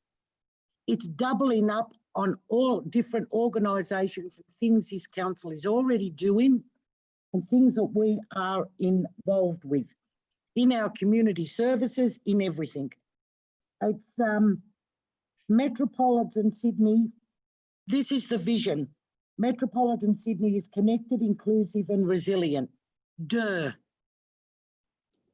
is really, it's saying that this committee, this membership we're going to belong to, is we're going to learn how to manage resilience. If I could see it's something that we are offering people and it's $80,000 spent, well spent, I would go along with it. This is $20,000 a year for 4 years. This is $80,000. To say we're going to tell people how to manage resilience. Now, please look and read what they're about. Motherhood statements and airy-fairy. Nothing substantial. City of Sydney can do this. The rates they're pulling in are millions. And if the mayor wants a luncheon, good luck to her. We don't have to go with it. Let's be sensible. We could do a lot with $80,000. Okay, thank you for that. I'll now put the primary motion. All those in favour? So this is the Passos-Macri motion. I've got councillors Passos, De Cruz, Macri,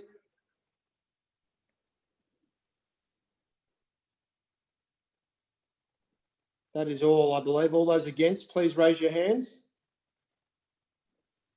Against, I have councillors Steer. Councillor Kiat, you're against.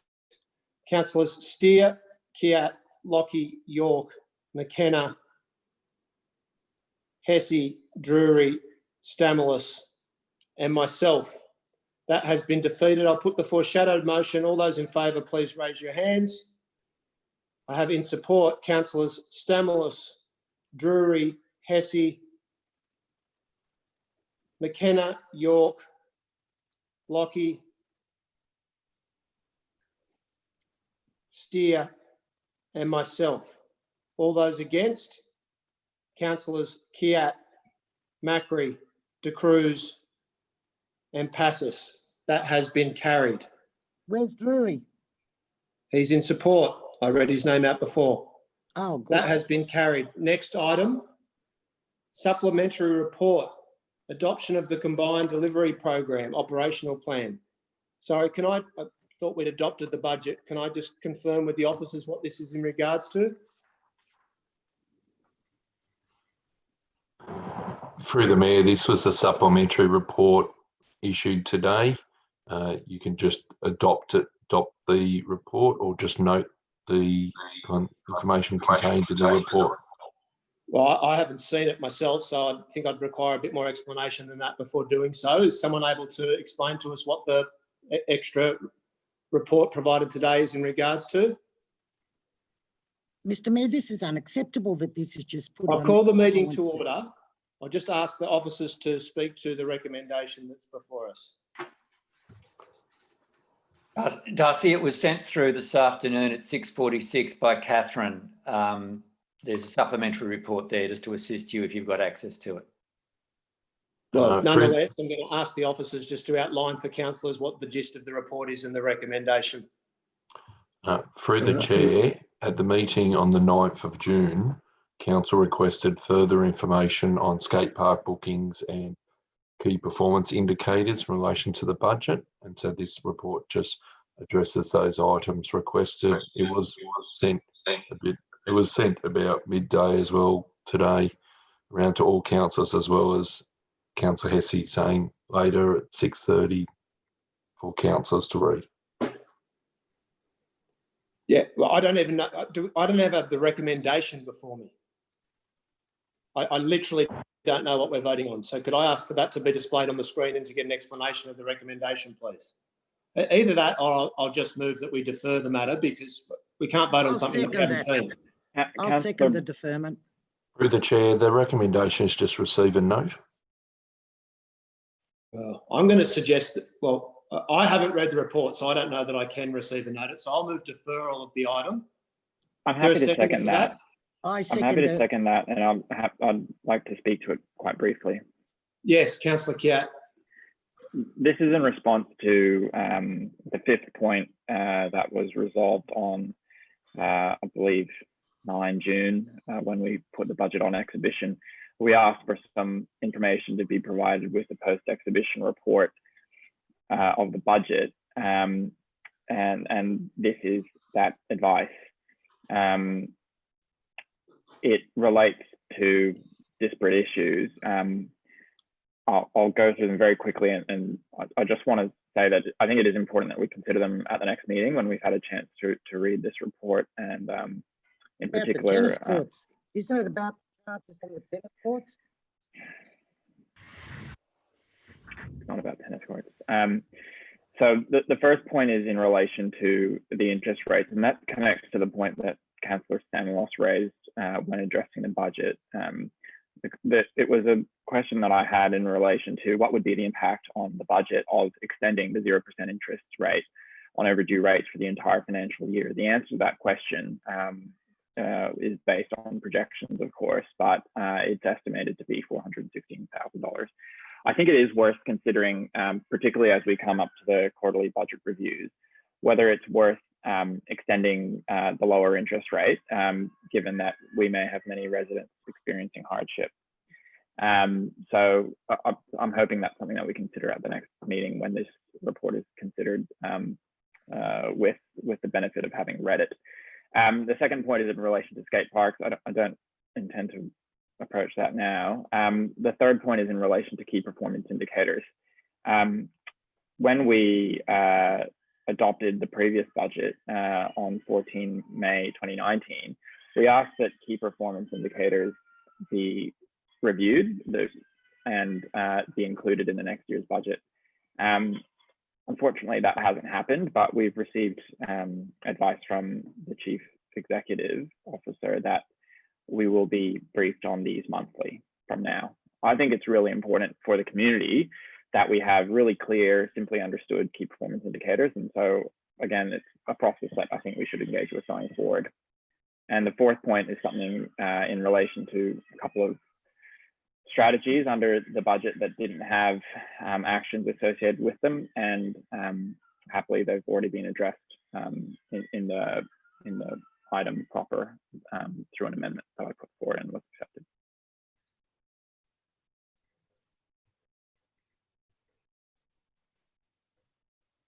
Sorry about that. So I think we've got an uncontested motion for deferral. I'll put that. All those in favour? Against? Declare that carried unanimously. Is there anyone who wishes to be recorded as against? Okay, next item. Item 9, rebate on domestic waste charges for Jobseeker and Jobkeeper. I move the recommendation, Mr. Mayor. Councillor Passis, do you wish to speak to it? No, I don't. All I can say is a very well prepared report. I'd like to second it, and I'm in complete agreement with Councillor Passis, which I find kind of strange. Okay, thank you for that. Is there anyone who wishes to amend the recommendation? If not, I'll put that. All those in favour? Against? Declare that carried unanimously. Is there anyone who wants to be recorded voting against it? Okay, that has been carried. Next item. Mayor,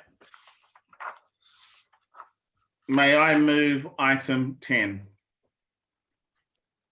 Do you wish to speak to it? Yes, Mayor. I'd like to thank the officers for the project update on the Aquatic Centre. I think many of us have been through the site recently, and we're all given that opportunity, and we were able to see what some of us have been working on for a very long time come to fruition. It is going to be a most magnificent facility, along with the Marrickville Library and the upgraded Dawn Fraser. It will be jewels in the Inner West crown.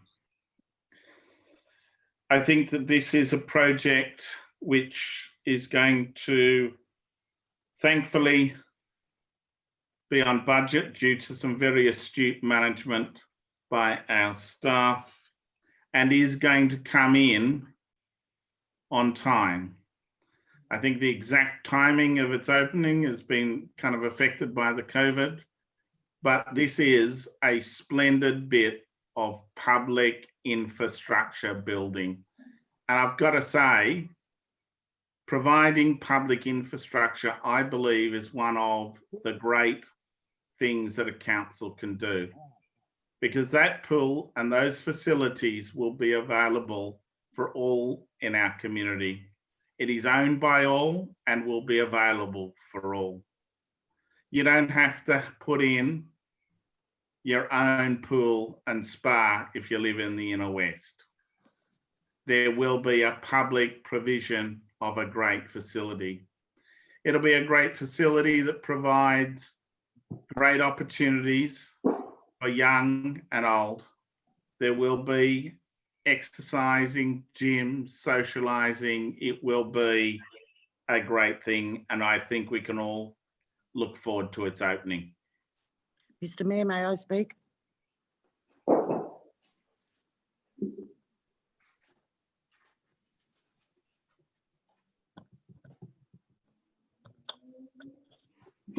Mayor, I would like to second the motion. Mr. Mayor. Mr. Mayor. Where is he? Where Did is he he? Did he fall off the fall chair? off the chair? Sorry, councillors. Sorry, I'm councillors. having some technical difficulties. I've got Councillor Drury moving the primary motion. Is there a seconder for that? I wanted to speak. I'll second. Yes, I know, but I'm asking if there's a seconder first, Councillor Passos, as the procedures require. Is there a seconder for the motion? Councillor Steer wants to Councillor second. Steer, do you wish to speak to it? Yes, I do. Yes. I actually attended the latest councillor pool inspection on Saturday, and it was a very enjoyable tour. The pool is impressive. The complex is impressive. The original pool has been retiled. There is a number of new pools, including a water polo pool with a movable floor that can now be used for multi-purposes, including as a floor surface and also for learn to swim classes and other things. Every school in the inner west will be wanting to go there for their school carnivals, because finally there is a decent grandstand and an adequate provision for a large number of people. There's also all the modern equipment that you would see, which includes a spa, a sauna, a gym, a cafe, and a creche, which is very important so that mothers with small children can enjoy fitness. It's going to be a very fun place for everybody in the inner west, and it makes it even more exciting than a Annette Kellerman Aquatic Centre, which is hard for me to say because Annette Kellerman is of course in my ward and is in, and I'm a member of it. As a keen swimmer, I am really excited to see this pool so close to completion, and I'm happy to challenge Councillor Drury to a race of about 25 metres in the pool when it opens. Oh dear.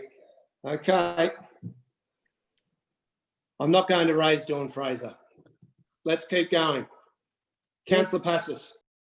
Yes, Mr. Mayor.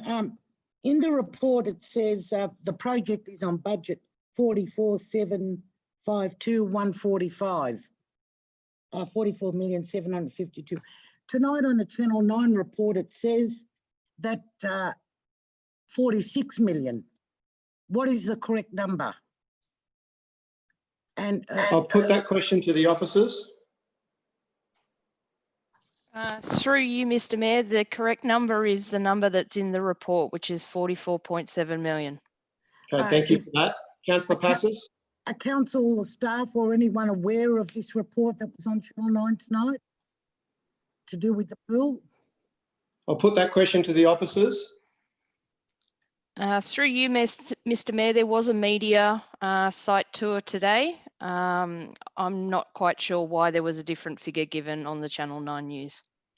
Well, who would have given that figure to the Well, news? sorry, just Councillor Passos, just to clarify for you, Yeah. I understand that the manager of Aquatics was put forward as the council spokesperson at the tour today for the Channel 9 story. I was unaware that there was any interview taking place.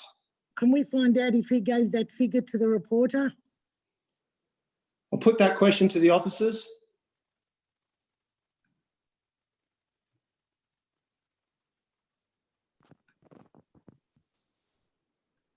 Sure, we'll Through check you, that. Mr. Mayor. Yeah, well, absolutely, we can find out. It may just have been a rounding up or an erroneous figure quoted, but we can certainly look into that. And I Okay, and my next question, I beg your pardon, my next question on this issue, Mr. Mayor, is I suppose every council would be aware that there is a group of people that are talking about the name of the pool.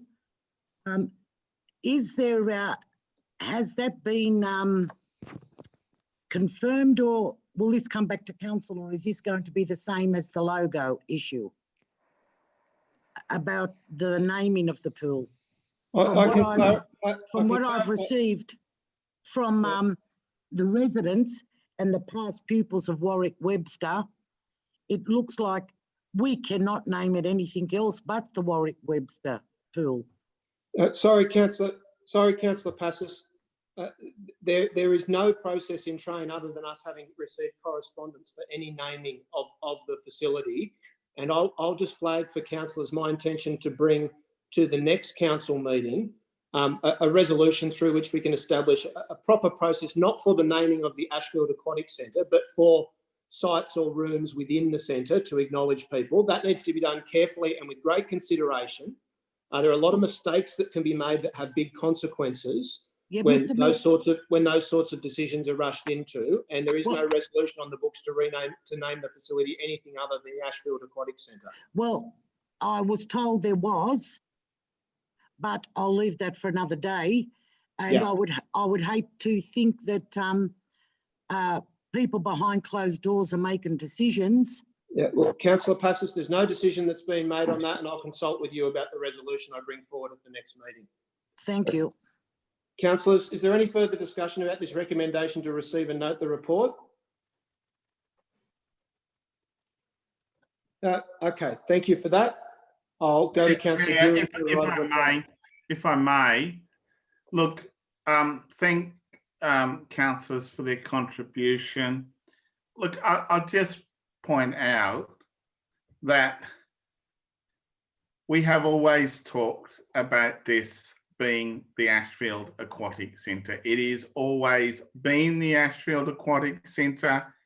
I believe that we have been on that trajectory now for at least 15 years. I don't see any reason to alter that trajectory. If you can show me the proof of 15 years, I'll agree with you.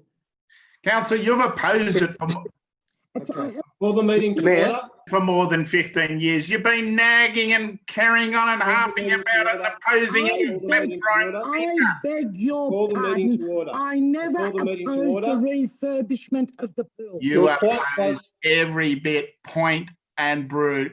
I never time and time again. I never opposed the refurbishment of the pool. Put up where I oppose the refurbishment. I will give you chapter and verse, councillor. Chapter and verse. You give me the whole volume, the whole book. I will give you more volumes than you can imagine, councillor Passos. And I will give you War and Peace. I oppose this all the time, all the way. I oppose the residents not being notified. Meeting, you've opposed it. I oppose the residents being misled. There's no gavel for a remote meeting, so I've just turned the volume down, and when you guys have stopped yelling at each other, then I'll be able to continue chairing the meeting. If you can't do so, I'll adjourn the meeting now. Which would you like to do? Mr. Mayor. Yes, Councillor Stamoulis. Mr. Mayor, I'd also like to make some comments on the naming issue. This is a very important first project it's a milestone project for the Inner West Council, and it's the very first big project that will deliver. To me, it's important that we open up most aspects of this, and we've received some correspondence from obviously people who have attended this centre over many, many years. I think certainly because it's been named that way for 15 years, that's probably one good criteria to retain the name. But also we've received an expression from our community that they have an alternative name. Now, this is a big project for the entire Inner West Council, and I know that some councils on the previous council have an attachment to the Ashfield Aquatic Centre, but I would like to move the amendment that council opens up a process. Sorry, Councillor Stamos. I've already, first of all, that's out of order. This is a receive and note report, which is provided to council on a regular basis about the construction of the centre. We've already completed the debate and gone to Councillor Jury for his right of reply. I've indicated that I'll consult councillors. I've indicated that I'll consult. No, we haven't. I'll adjourn the meeting if you can't both stop interjecting. I've already indicated that I'll consult councillors on a motion to bring to the next meeting about naming of the facility. It's not in order to propose that as a policy now. Mark's already completed, Councillor Drury's already completed his right of reply. So I'm now going to put the motion to receive and note the report. All those in favour, please raise your hands. I have councillors Stamoulis, Passis, Drury, Hesse, De Cruz, Macri, Lockie, Kiat, McKenna, York, Steer, and myself. That's carried unanimously. Next item. I'll move the officer's recommendation.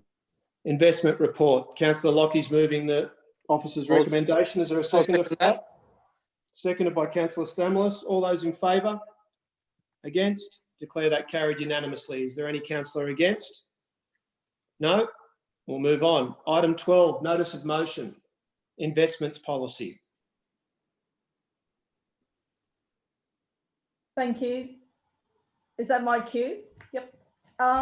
So we've just had a look at the investment report, and I think it's very thin on for investment of over about $150 million. My concern is there's a phrase in that report which we've just received and noted saying, referring to non-fossil fuel standards. There's no such thing. Standards actually have to be very explicit. So I've actually brought this motion in the hope that we can get some more information, some details about what our policy, what the investment instruments, what the instruments are we're investing in, and what policies are being used, not by council, but by the organisations managing this money for us. I think we do have a right to know, and we have an obligation to know and inform our community on the kind of policies that are being used by the people who are giving a considerable amount of money to invest in as they will. It's not satisfactory to actually be told, oh, it's a couple of wind turbines and maybe we've got a couple of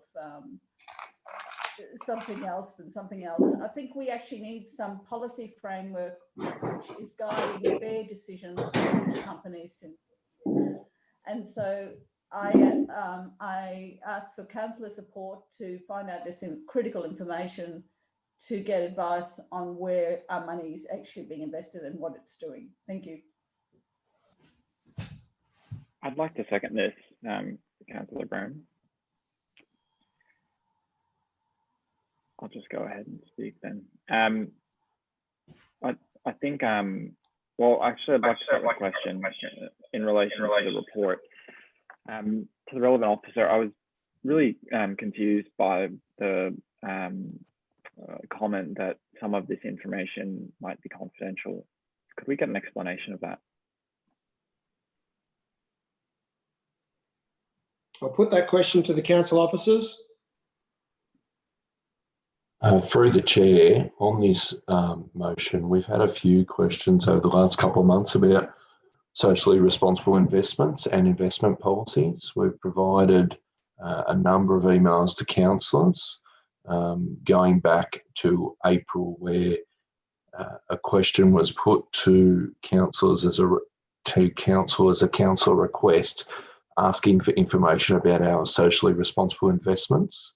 Our investment advisor provided a 15-page report which we sent to all councillors that detailed the socially responsible investments at that point in time that we had investments in. Our investment advisor uses council's adopted policy. There's some risk management guidelines in our adopted policy that the investment advisor uses to make those investments, as well as the legislation that governs council investments. There's legislation, there's also guidelines issued by the Office of Local Government on what councils can invest in. So all these things are used as a framework for our investment advisor, and the reference to the confidential information is the 16-page report that we provided by email to all councillors that gave an in-depth analysis of all the socially responsible investments that council holds.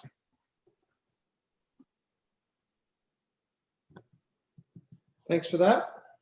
Thanks, Mr. Naylor. Sorry, Councillor Stamoulis, I'll just speak now.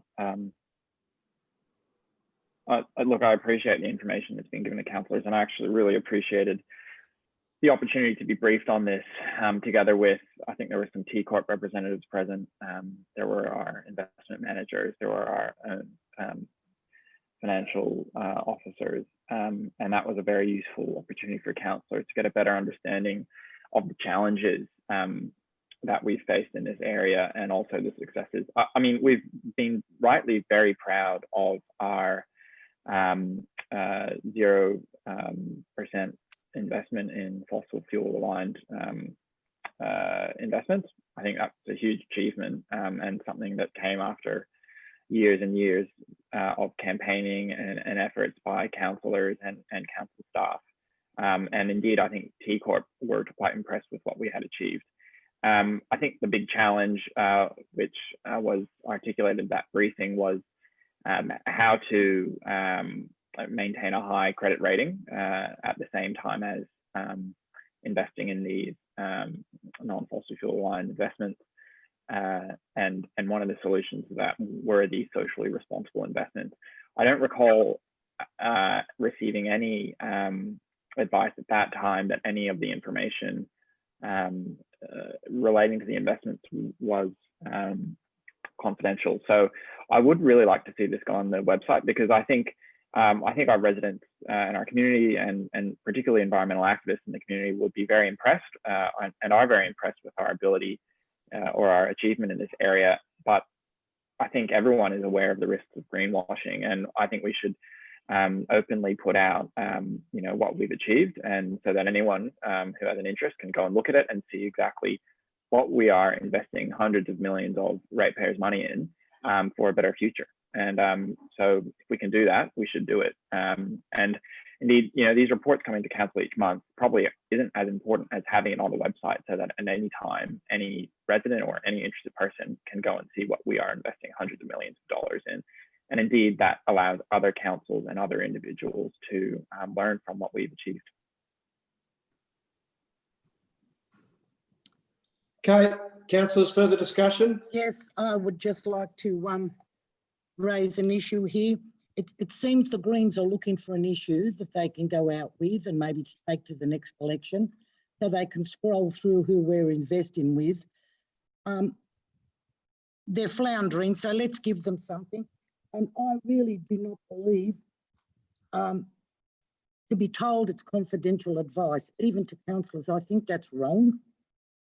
How do we make decisions if everything's confidential, even to us?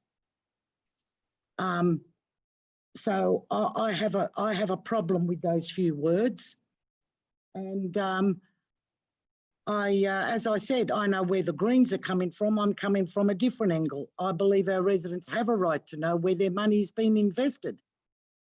The residents aren't going to use it to try and look for policy or to bring up some electoral game and go after some companies. We know that's why the Greens want it, but I think our residents have a right to know where our money's been invested.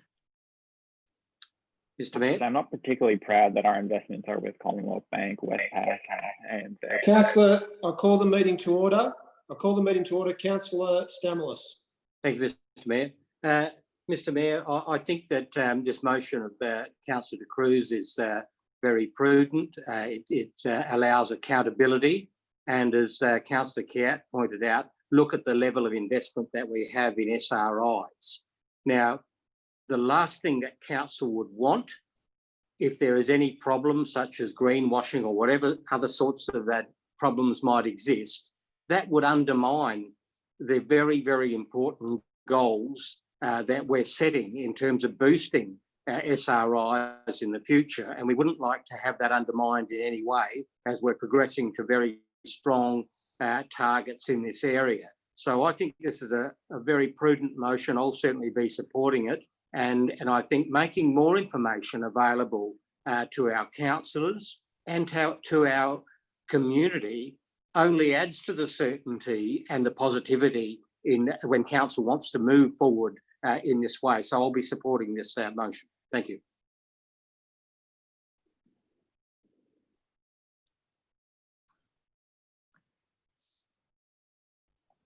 Sorry, if there's no further discussion, I'll go to the mover. York has her hand up.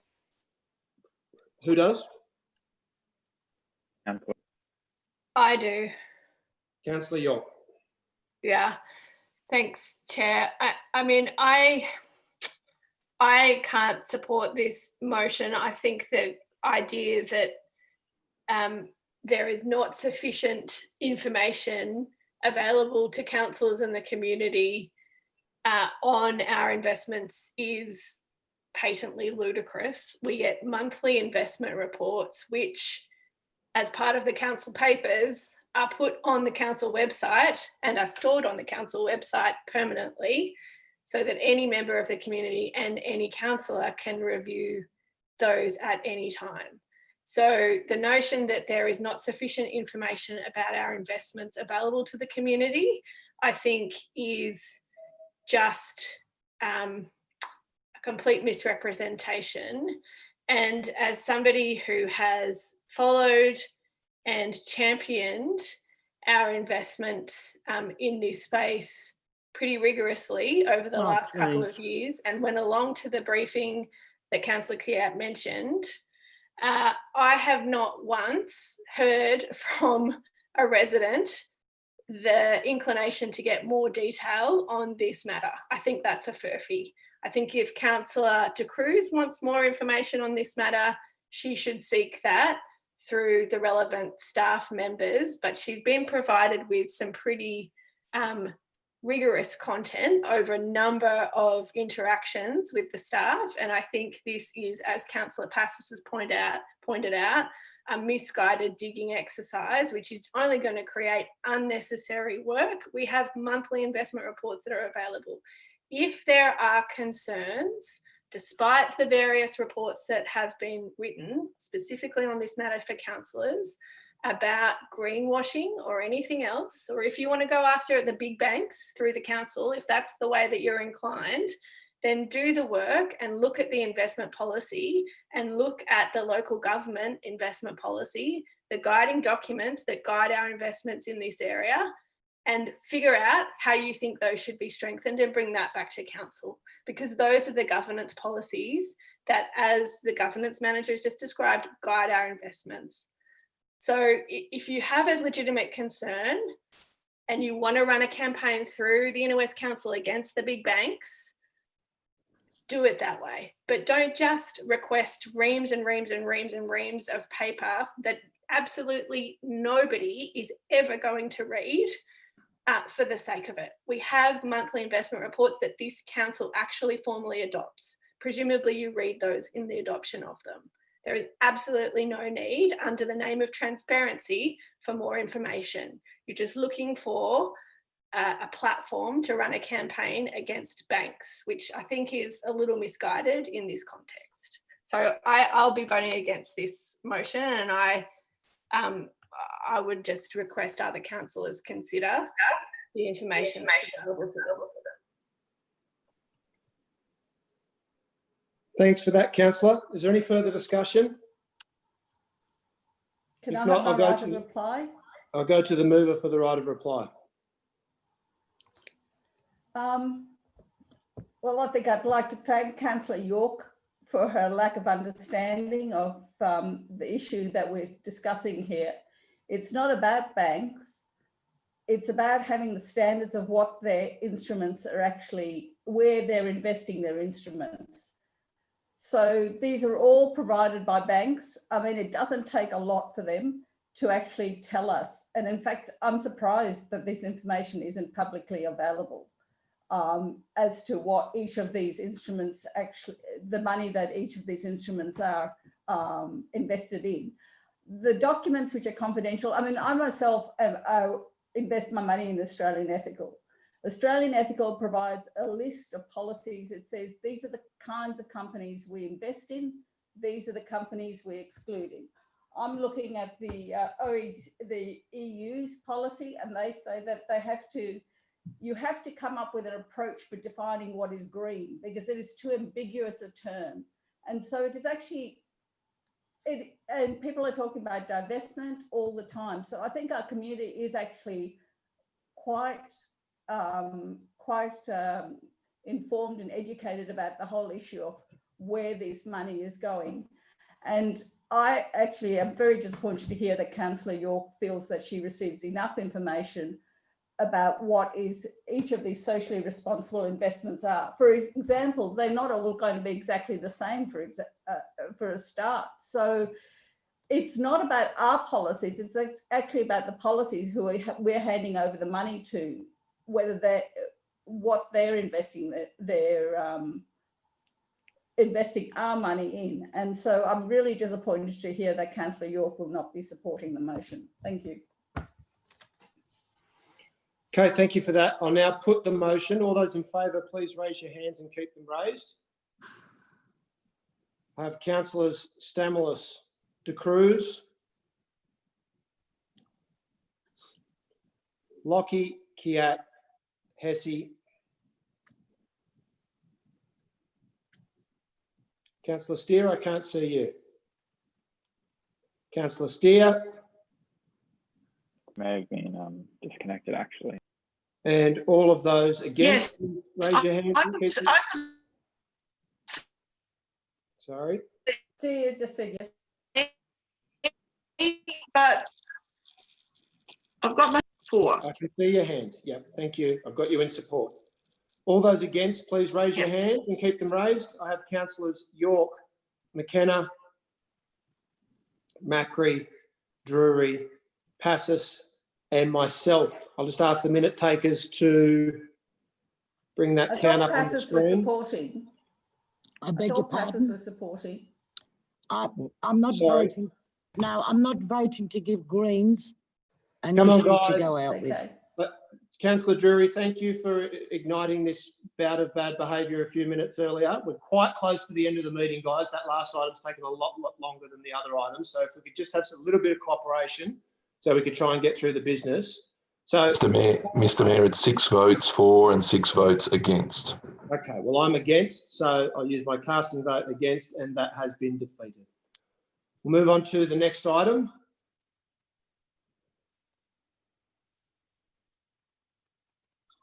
Sorry, I'm just trying to get back to the business papers. Keep the rate, Councillor Kiat. Thanks, Mayor.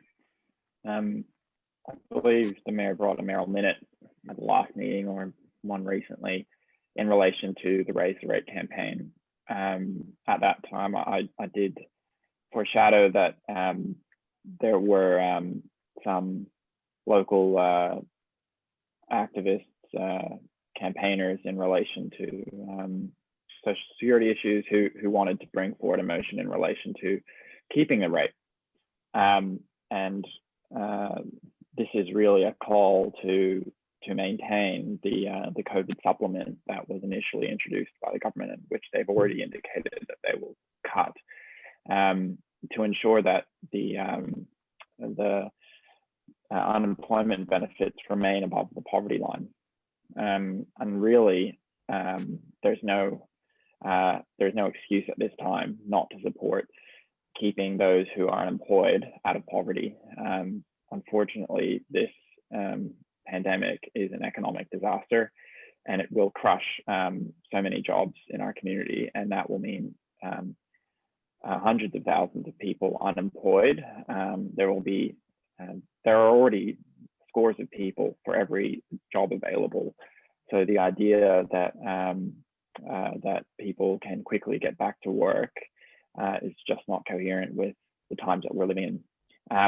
To give some context, Jobseeker is around $283 a week. With the COVID supplement, it was raised to $557 a week, and that took it just $40 above the poverty line. And that was the first raise in the unemployment rate for decades, for 26 years, in fact. It's not enough to let it go back down. We really need to ensure that this really modest unemployment benefits stay the way that it is. It's important for workers to know that when they are out of a job, that they will have some measure of security while they look for the next job. It's a really important campaign, and I think now that we're looking down the barrel of this supplement being cut, and hundreds of thousands of people looking at being thrown into poverty, it's important that we add our voice to this campaign. You know, we know that community organizations around the inner west are really struggling to support our communities through these hard times, and this is adding our voice to a campaign that they're supporting.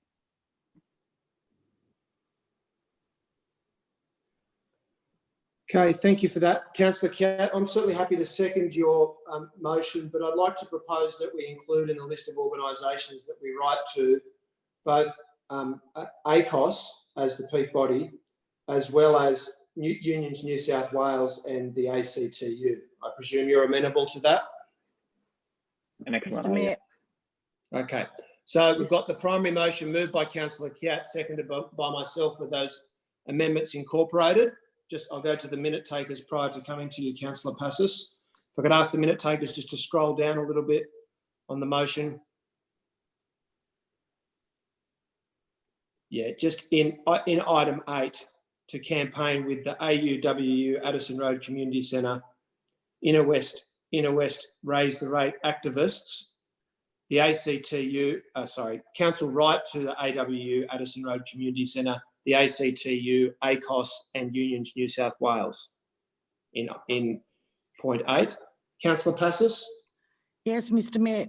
Look, I'll be voting against this. This again is political. Now, the Morrison government has acted swiftly, and it's a caring government that is looking after all the people that have been impacted by this COVID-19 virus. I understand that people that are on benefits previously before this happened, they're no worse off. They're no worse off. The people who were worse off that had full-time work that cannot go back to work.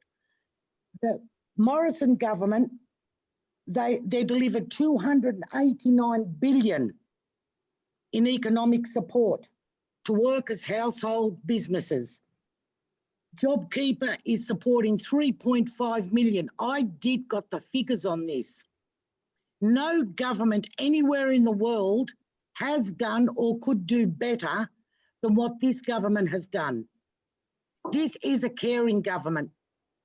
And these things that you're bringing up, instead of trying to work together and find a way out that we can get businesses back on their feet, support businesses so they can employ people, instead of playing these political games, you're not helping these people. You are not helping these people at all. And I just cannot vote for this motion. It's the type of motion that you've put up ever since you've got on council. You've got nothing to complain about. No government, I'm repeating myself, has done as much and has been so proactive in this crisis as the Morrison government. And you've done nothing but waste council's time since you've been elected for your own political future. And I think it's absolutely wrong. Any further discussion, councillors? Briefly, if I can, Councillor Byrne. Yeah. Thank you. Look, I'd like to speak in support of Councillor Keart's motion and thank you for seconding it. I note that when one of the drafters of the Australian Constitution, Henry Higgins, who was a Liberal Party politician along with Alfred Deakin at the turn of the 19th into the 20th centuries, and one of the people who ensured that the arbitration and conciliation powers of the Constitution were included. When he was chair of the first arbitration commission back in 1907 and delivered the Harvester judgment, which was the beginning of the basic wage in Australia, noted in when the comments by some employers against that judgment were lodged, that there was a mutual obligation between labour and capital. And that obligation was indeed the state, and that just as workers benefited from a centralised wage fixing system, so did capital benefit from the provisions of the state in those days, a number of provisions which ensured protection for manufacturers. That protection indeed goes on, the supplements from the state go on. Since 1994, unemployment benefits have not increased beyond inflation, whereas every other payment, including sickness benefits, including our pay, of course, has increased more than inflation, but not people who are unemployed.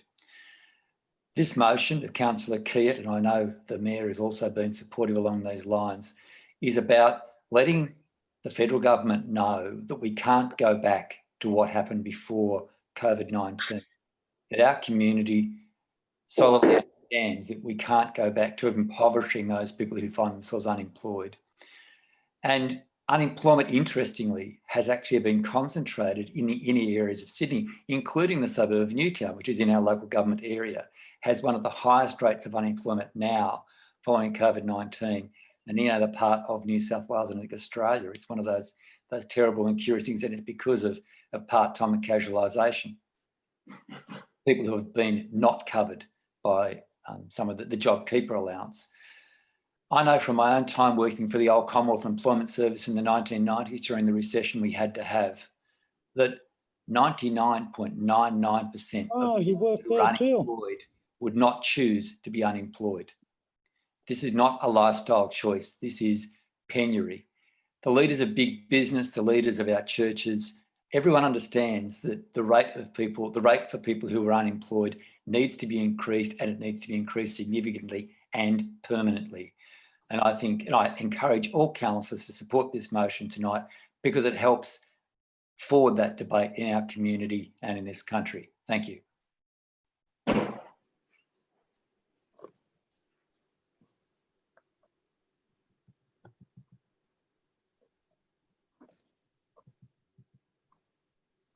Sorry, councillors, I'm just having some technical difficulties tonight. Are there any other speakers to the motion? If not, I'll go to Councillor Keart for his right of reply. Thank you, Councillor Byrne. And yeah, thanks for your comments, Councillor Hassett and Councillor Byrne. It's really, I'm not looking forward to the next 6 months. I think we're going to see some really dire situations for unemployed people across the country. And as Councillor Hassett pointed out, many of them live in our community.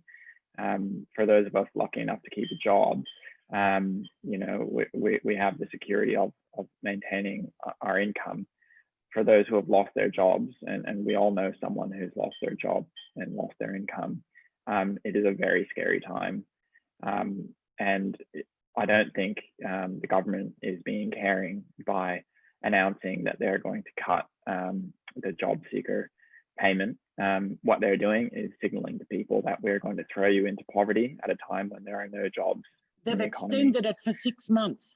They've extended it for 6 months. You've left that out. And really the impact that will have on people now, as they see that coming, is going to be devastating. And look, I think that I really welcome and I'm grateful for the support from Councillor Byrne and his suggestion to contact the ACTU and ACOS and unions, and Australian unions, because we actually need these progressive organisations to stand up and say, this is the minimum that we need to survive this crisis. And if we're not going to stand up for those of us who are unemployed, then those of us who are in work, we could be there the next day. So we need to stand in solidarity with those who are unemployed, and that is exactly what the Australian Unemployed Workers Union is advocating for. So I want to thank those campaigners from the AUWU who brought this motion forward. They were very hopeful that it would be supported by Greens and Labor, so I'm really glad to see that today. And I'll be conveying that this resolution. Oh, that was a threat. That was a veiled threat. Lucky Labor supports it. That was a veiled threat. Councillor Passis, if you could desist, please. No, but that was terrible. Councillor Passis, we're almost at the end of the meeting. You've had a good run. Okay. If you could desist from interjecting, that'd be great. Councillor Kiat. Pity you didn't tell Councillor Drury how he had to go at me. I've called Councillor Drury to order. Would you didn't prefer tell him to desist? No, Okay. you said you took us off the microphone. Okay, well, I'll adjourn the meeting if you prefer, Councillor Passis. Is it an adjournment you're looking for?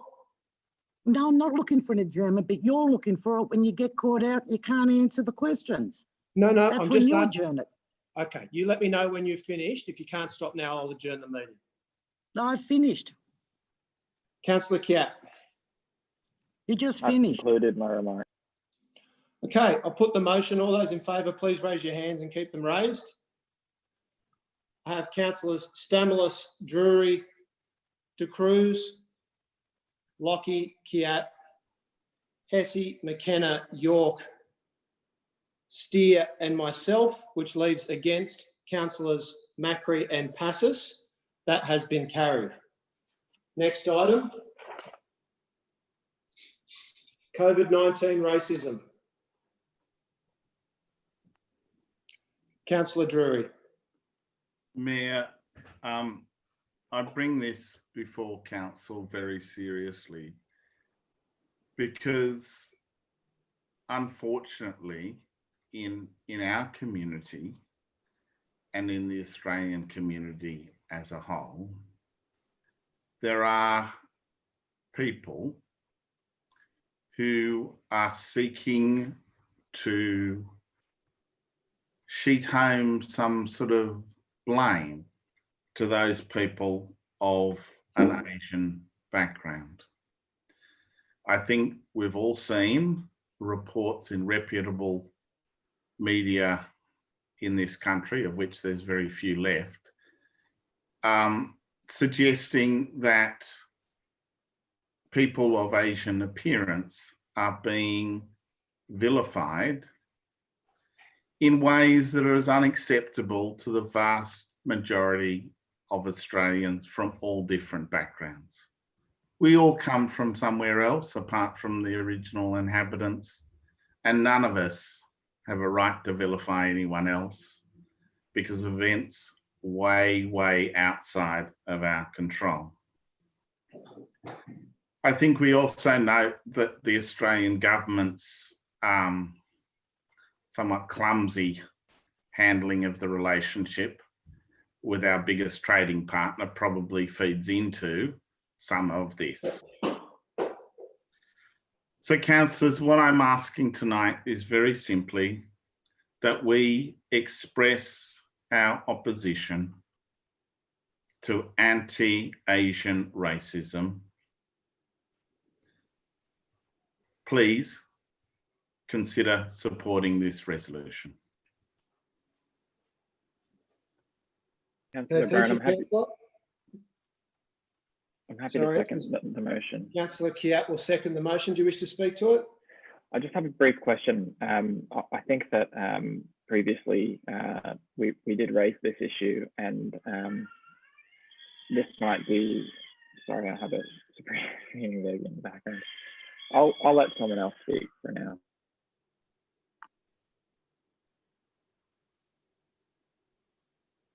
Mr. Mayor? Yes, Councillor Passos. Okay, Mr. Mayor, first of all, I find this motion disingenuous in the extreme. This is, first of all, we've got some guy from Turramurra, a Labor Party member that was a former candidate in the federal election, Mr. Rudd's Captain Pig, Chinese Australian Forum. First, I'd like to move an amendment that this council renounces all racism, no matter what of the Australians and what their background is, including Asians. And I will also remind Councillor Drury, he's wanting to go along with this in this petition. I recall at the last council, he said petitions weren't worth the paper they were written on. And people who signed petitions were vigilantes. Yep, he said petitions are not worth the paper they're written on, but he wants people to sign this petition that was put forward to him by a member of the Labor Party so they could get a database. If I thought, first of all, Councillor Drury, please, you've never walked the walk, so please don't talk the talk. This is political grandstanding, and to quote words from a former Prime Minister, one of your people, I will not be lectured by you, by this person, by this man. Maybe this has come about now because the Prime Minister has welcomed any person, any Asian from Hong Kong to Australia, and Labor thought we better jump up and pretend we like them even more than what the Liberals do. It is really, really sad that a serious thing such as people being hurt by racism, which I was one, is being used for political purposes. It's sad and it's wrong. So my amendment is the Inner West Council renounces all forms of racism from people from any background, including Asians. I hope, Mr. Naylor, you have that. And you've got to stop playing politics with people's feelings, and something as serious as racism. I have overseas students of Asian background. I ask them every day, are they okay? Has anything happened? Has anyone said anything to you? They tell me no. They travel through Ashfield, they catch public transport, and they attend 2 high schools here. But there are certain people that are nasty and will use these things. But please don't use it as a political tool. I have never, ever, this motion is not genuine. And we've got a guy from Turramurra asking us to take this on. Please, councillors, support my motion and don't become involved in the politics, because it's a very, very serious issue to be used in politics.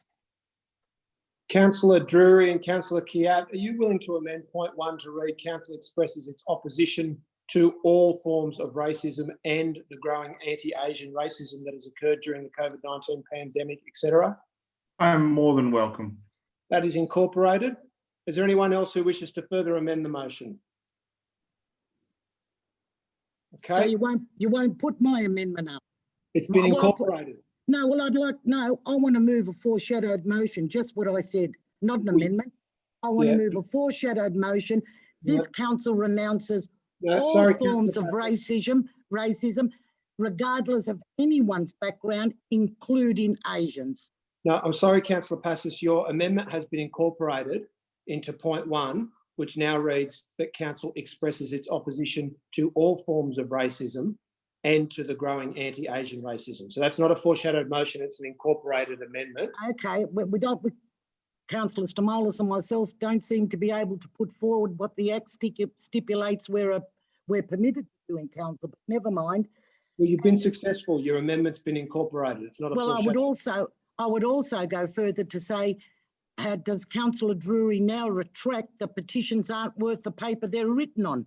Sorry, Councillor Passos. Signatories to petitions are only troublemakers. Sorry, Councillor, you've spoken to the motion. Your amendment's been successfully incorporated. Well done. I don't think there are any further contributions, so I'll go to Councillor Drury for a right of reply, and I'll ask him to use as much self-restraint as he can, so that we can get on with the rest of the business of That's the meeting. all right, Mr Mayor, I can handle him very easily. Please proceed. Councillor Drury, do you want to make a right of reply? Yes, please, Mayor. Look, I take the issue about us having a harmonious community, as harmonious as it can be, very seriously. I understand that Councillor Passos doubts that. So be it.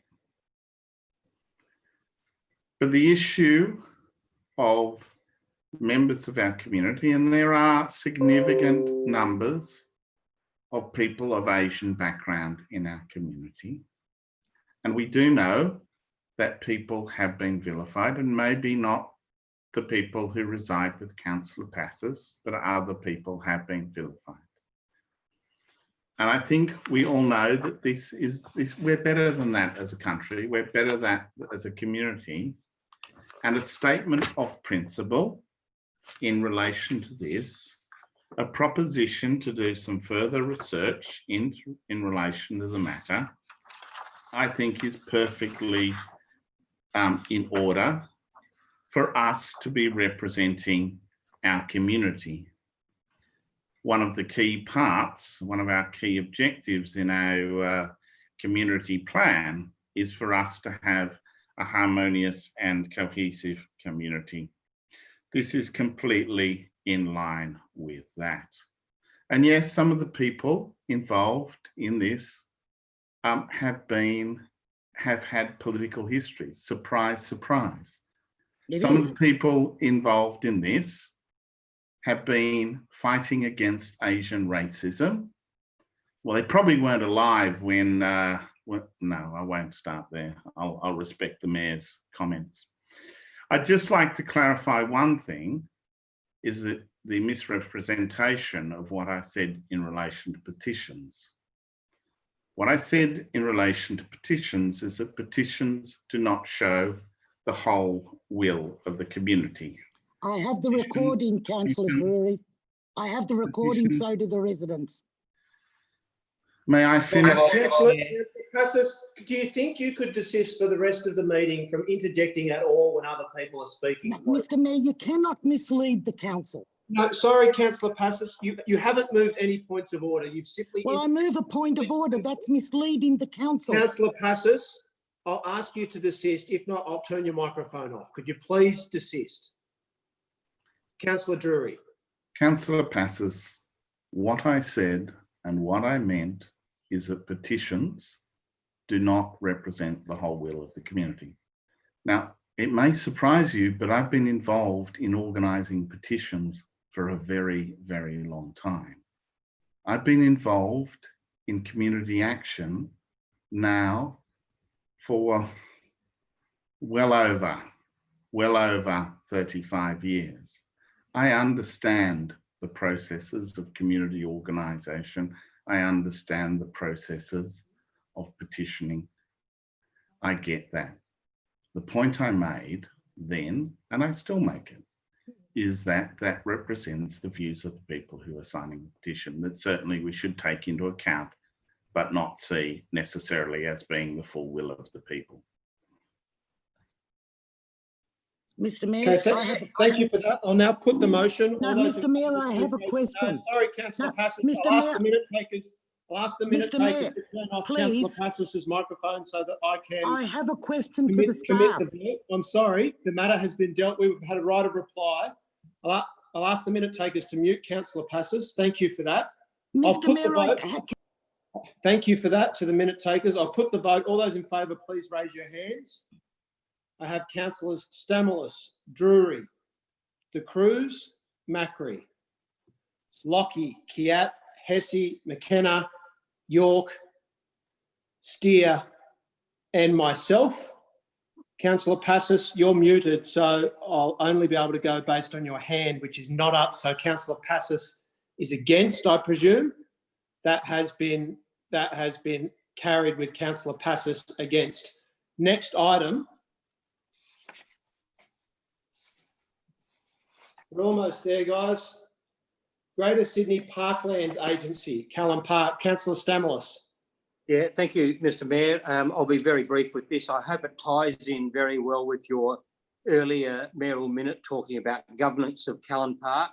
But here's our opportunity, I think, to flesh that out a little bit more by responding to the 50-year vision for Sydney's parklands and open space, where we'd address those issues of governance, as well as the heritage significance of Callan Park, its exceptional beauty, the potential for mental health services to be retained at Callan Park, which is ultimately its long-term history. So a variety of things, of course, that should be addressed in a submission. So I'll leave it at that. Thank you.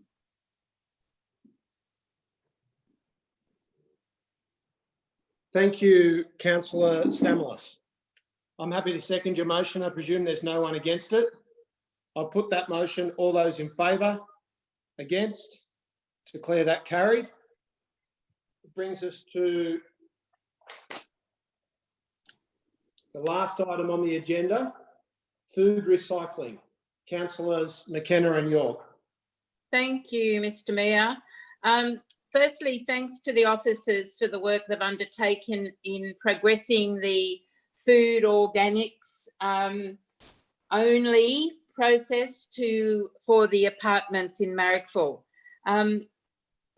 This is commencing a new service is a great opportunity to harness the enthusiasm of our community to improve our recycling. It's really important that we get this right. It's a new service for these people, and we need to make sure that that our staff are actually with their communications campaign are able to be innovative and get to the source so that this actually comes to fruition. We need to have a really good start. It does concern me that a lot of people in our flats, in our areas, there's lots of turnover and a lot of people don't always engage in the recycling issue. So we need to find a way of getting right to the source and maybe obviously getting to the strata managers and strata committees to work with council to make this a success. Also, the next forum is on this week at Randwick, and I believe the Minister Keane is going to be there. So hopefully he might have some good news for us in relation to progressing the expansion of the recycling in Sydney and the plant that we need to be able to do this well. So thanks again to the officers, and I really look forward to this starting and then hopefully getting into Ashfield in the not too distant future. Thank you. Okay, thank you for that. Councillor York. Yeah, I'm happy to second Councillor McKenna's recommendation, and thank you, Councillor McKenna, for bringing it to council. I think it's unlike, I guess, some of the discussions that we've had earlier tonight, for example, on the investment portfolio, this is an issue that I get asked about I reckon on a weekly basis by different residents who live in the local area and the former Marrickville Council area.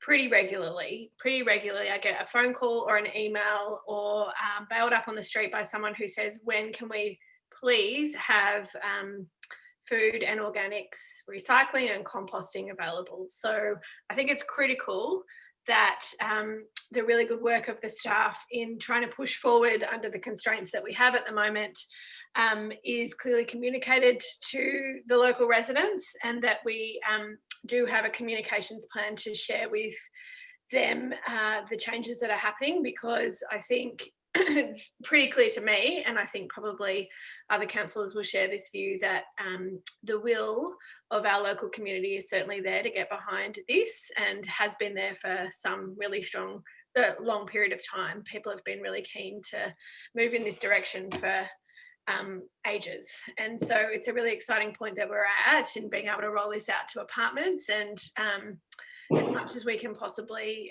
communicate that to residents and the community in the local area, I think it's going to be well received, but also will mean that the program is more likely to succeed.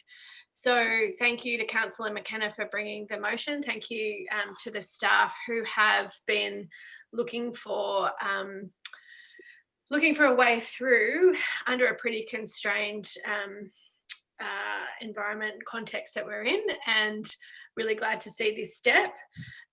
But we would of course like to take it further, and we need the cooperation of other councils in our area, and also the New South Wales Minister and government to help us do that, because part of the battle that we're up against is scale, and we need others to work with us to make this happen. But our council and our LGA brings with it certainly a great deal of enthusiasm. So I look forward to your support on this motion.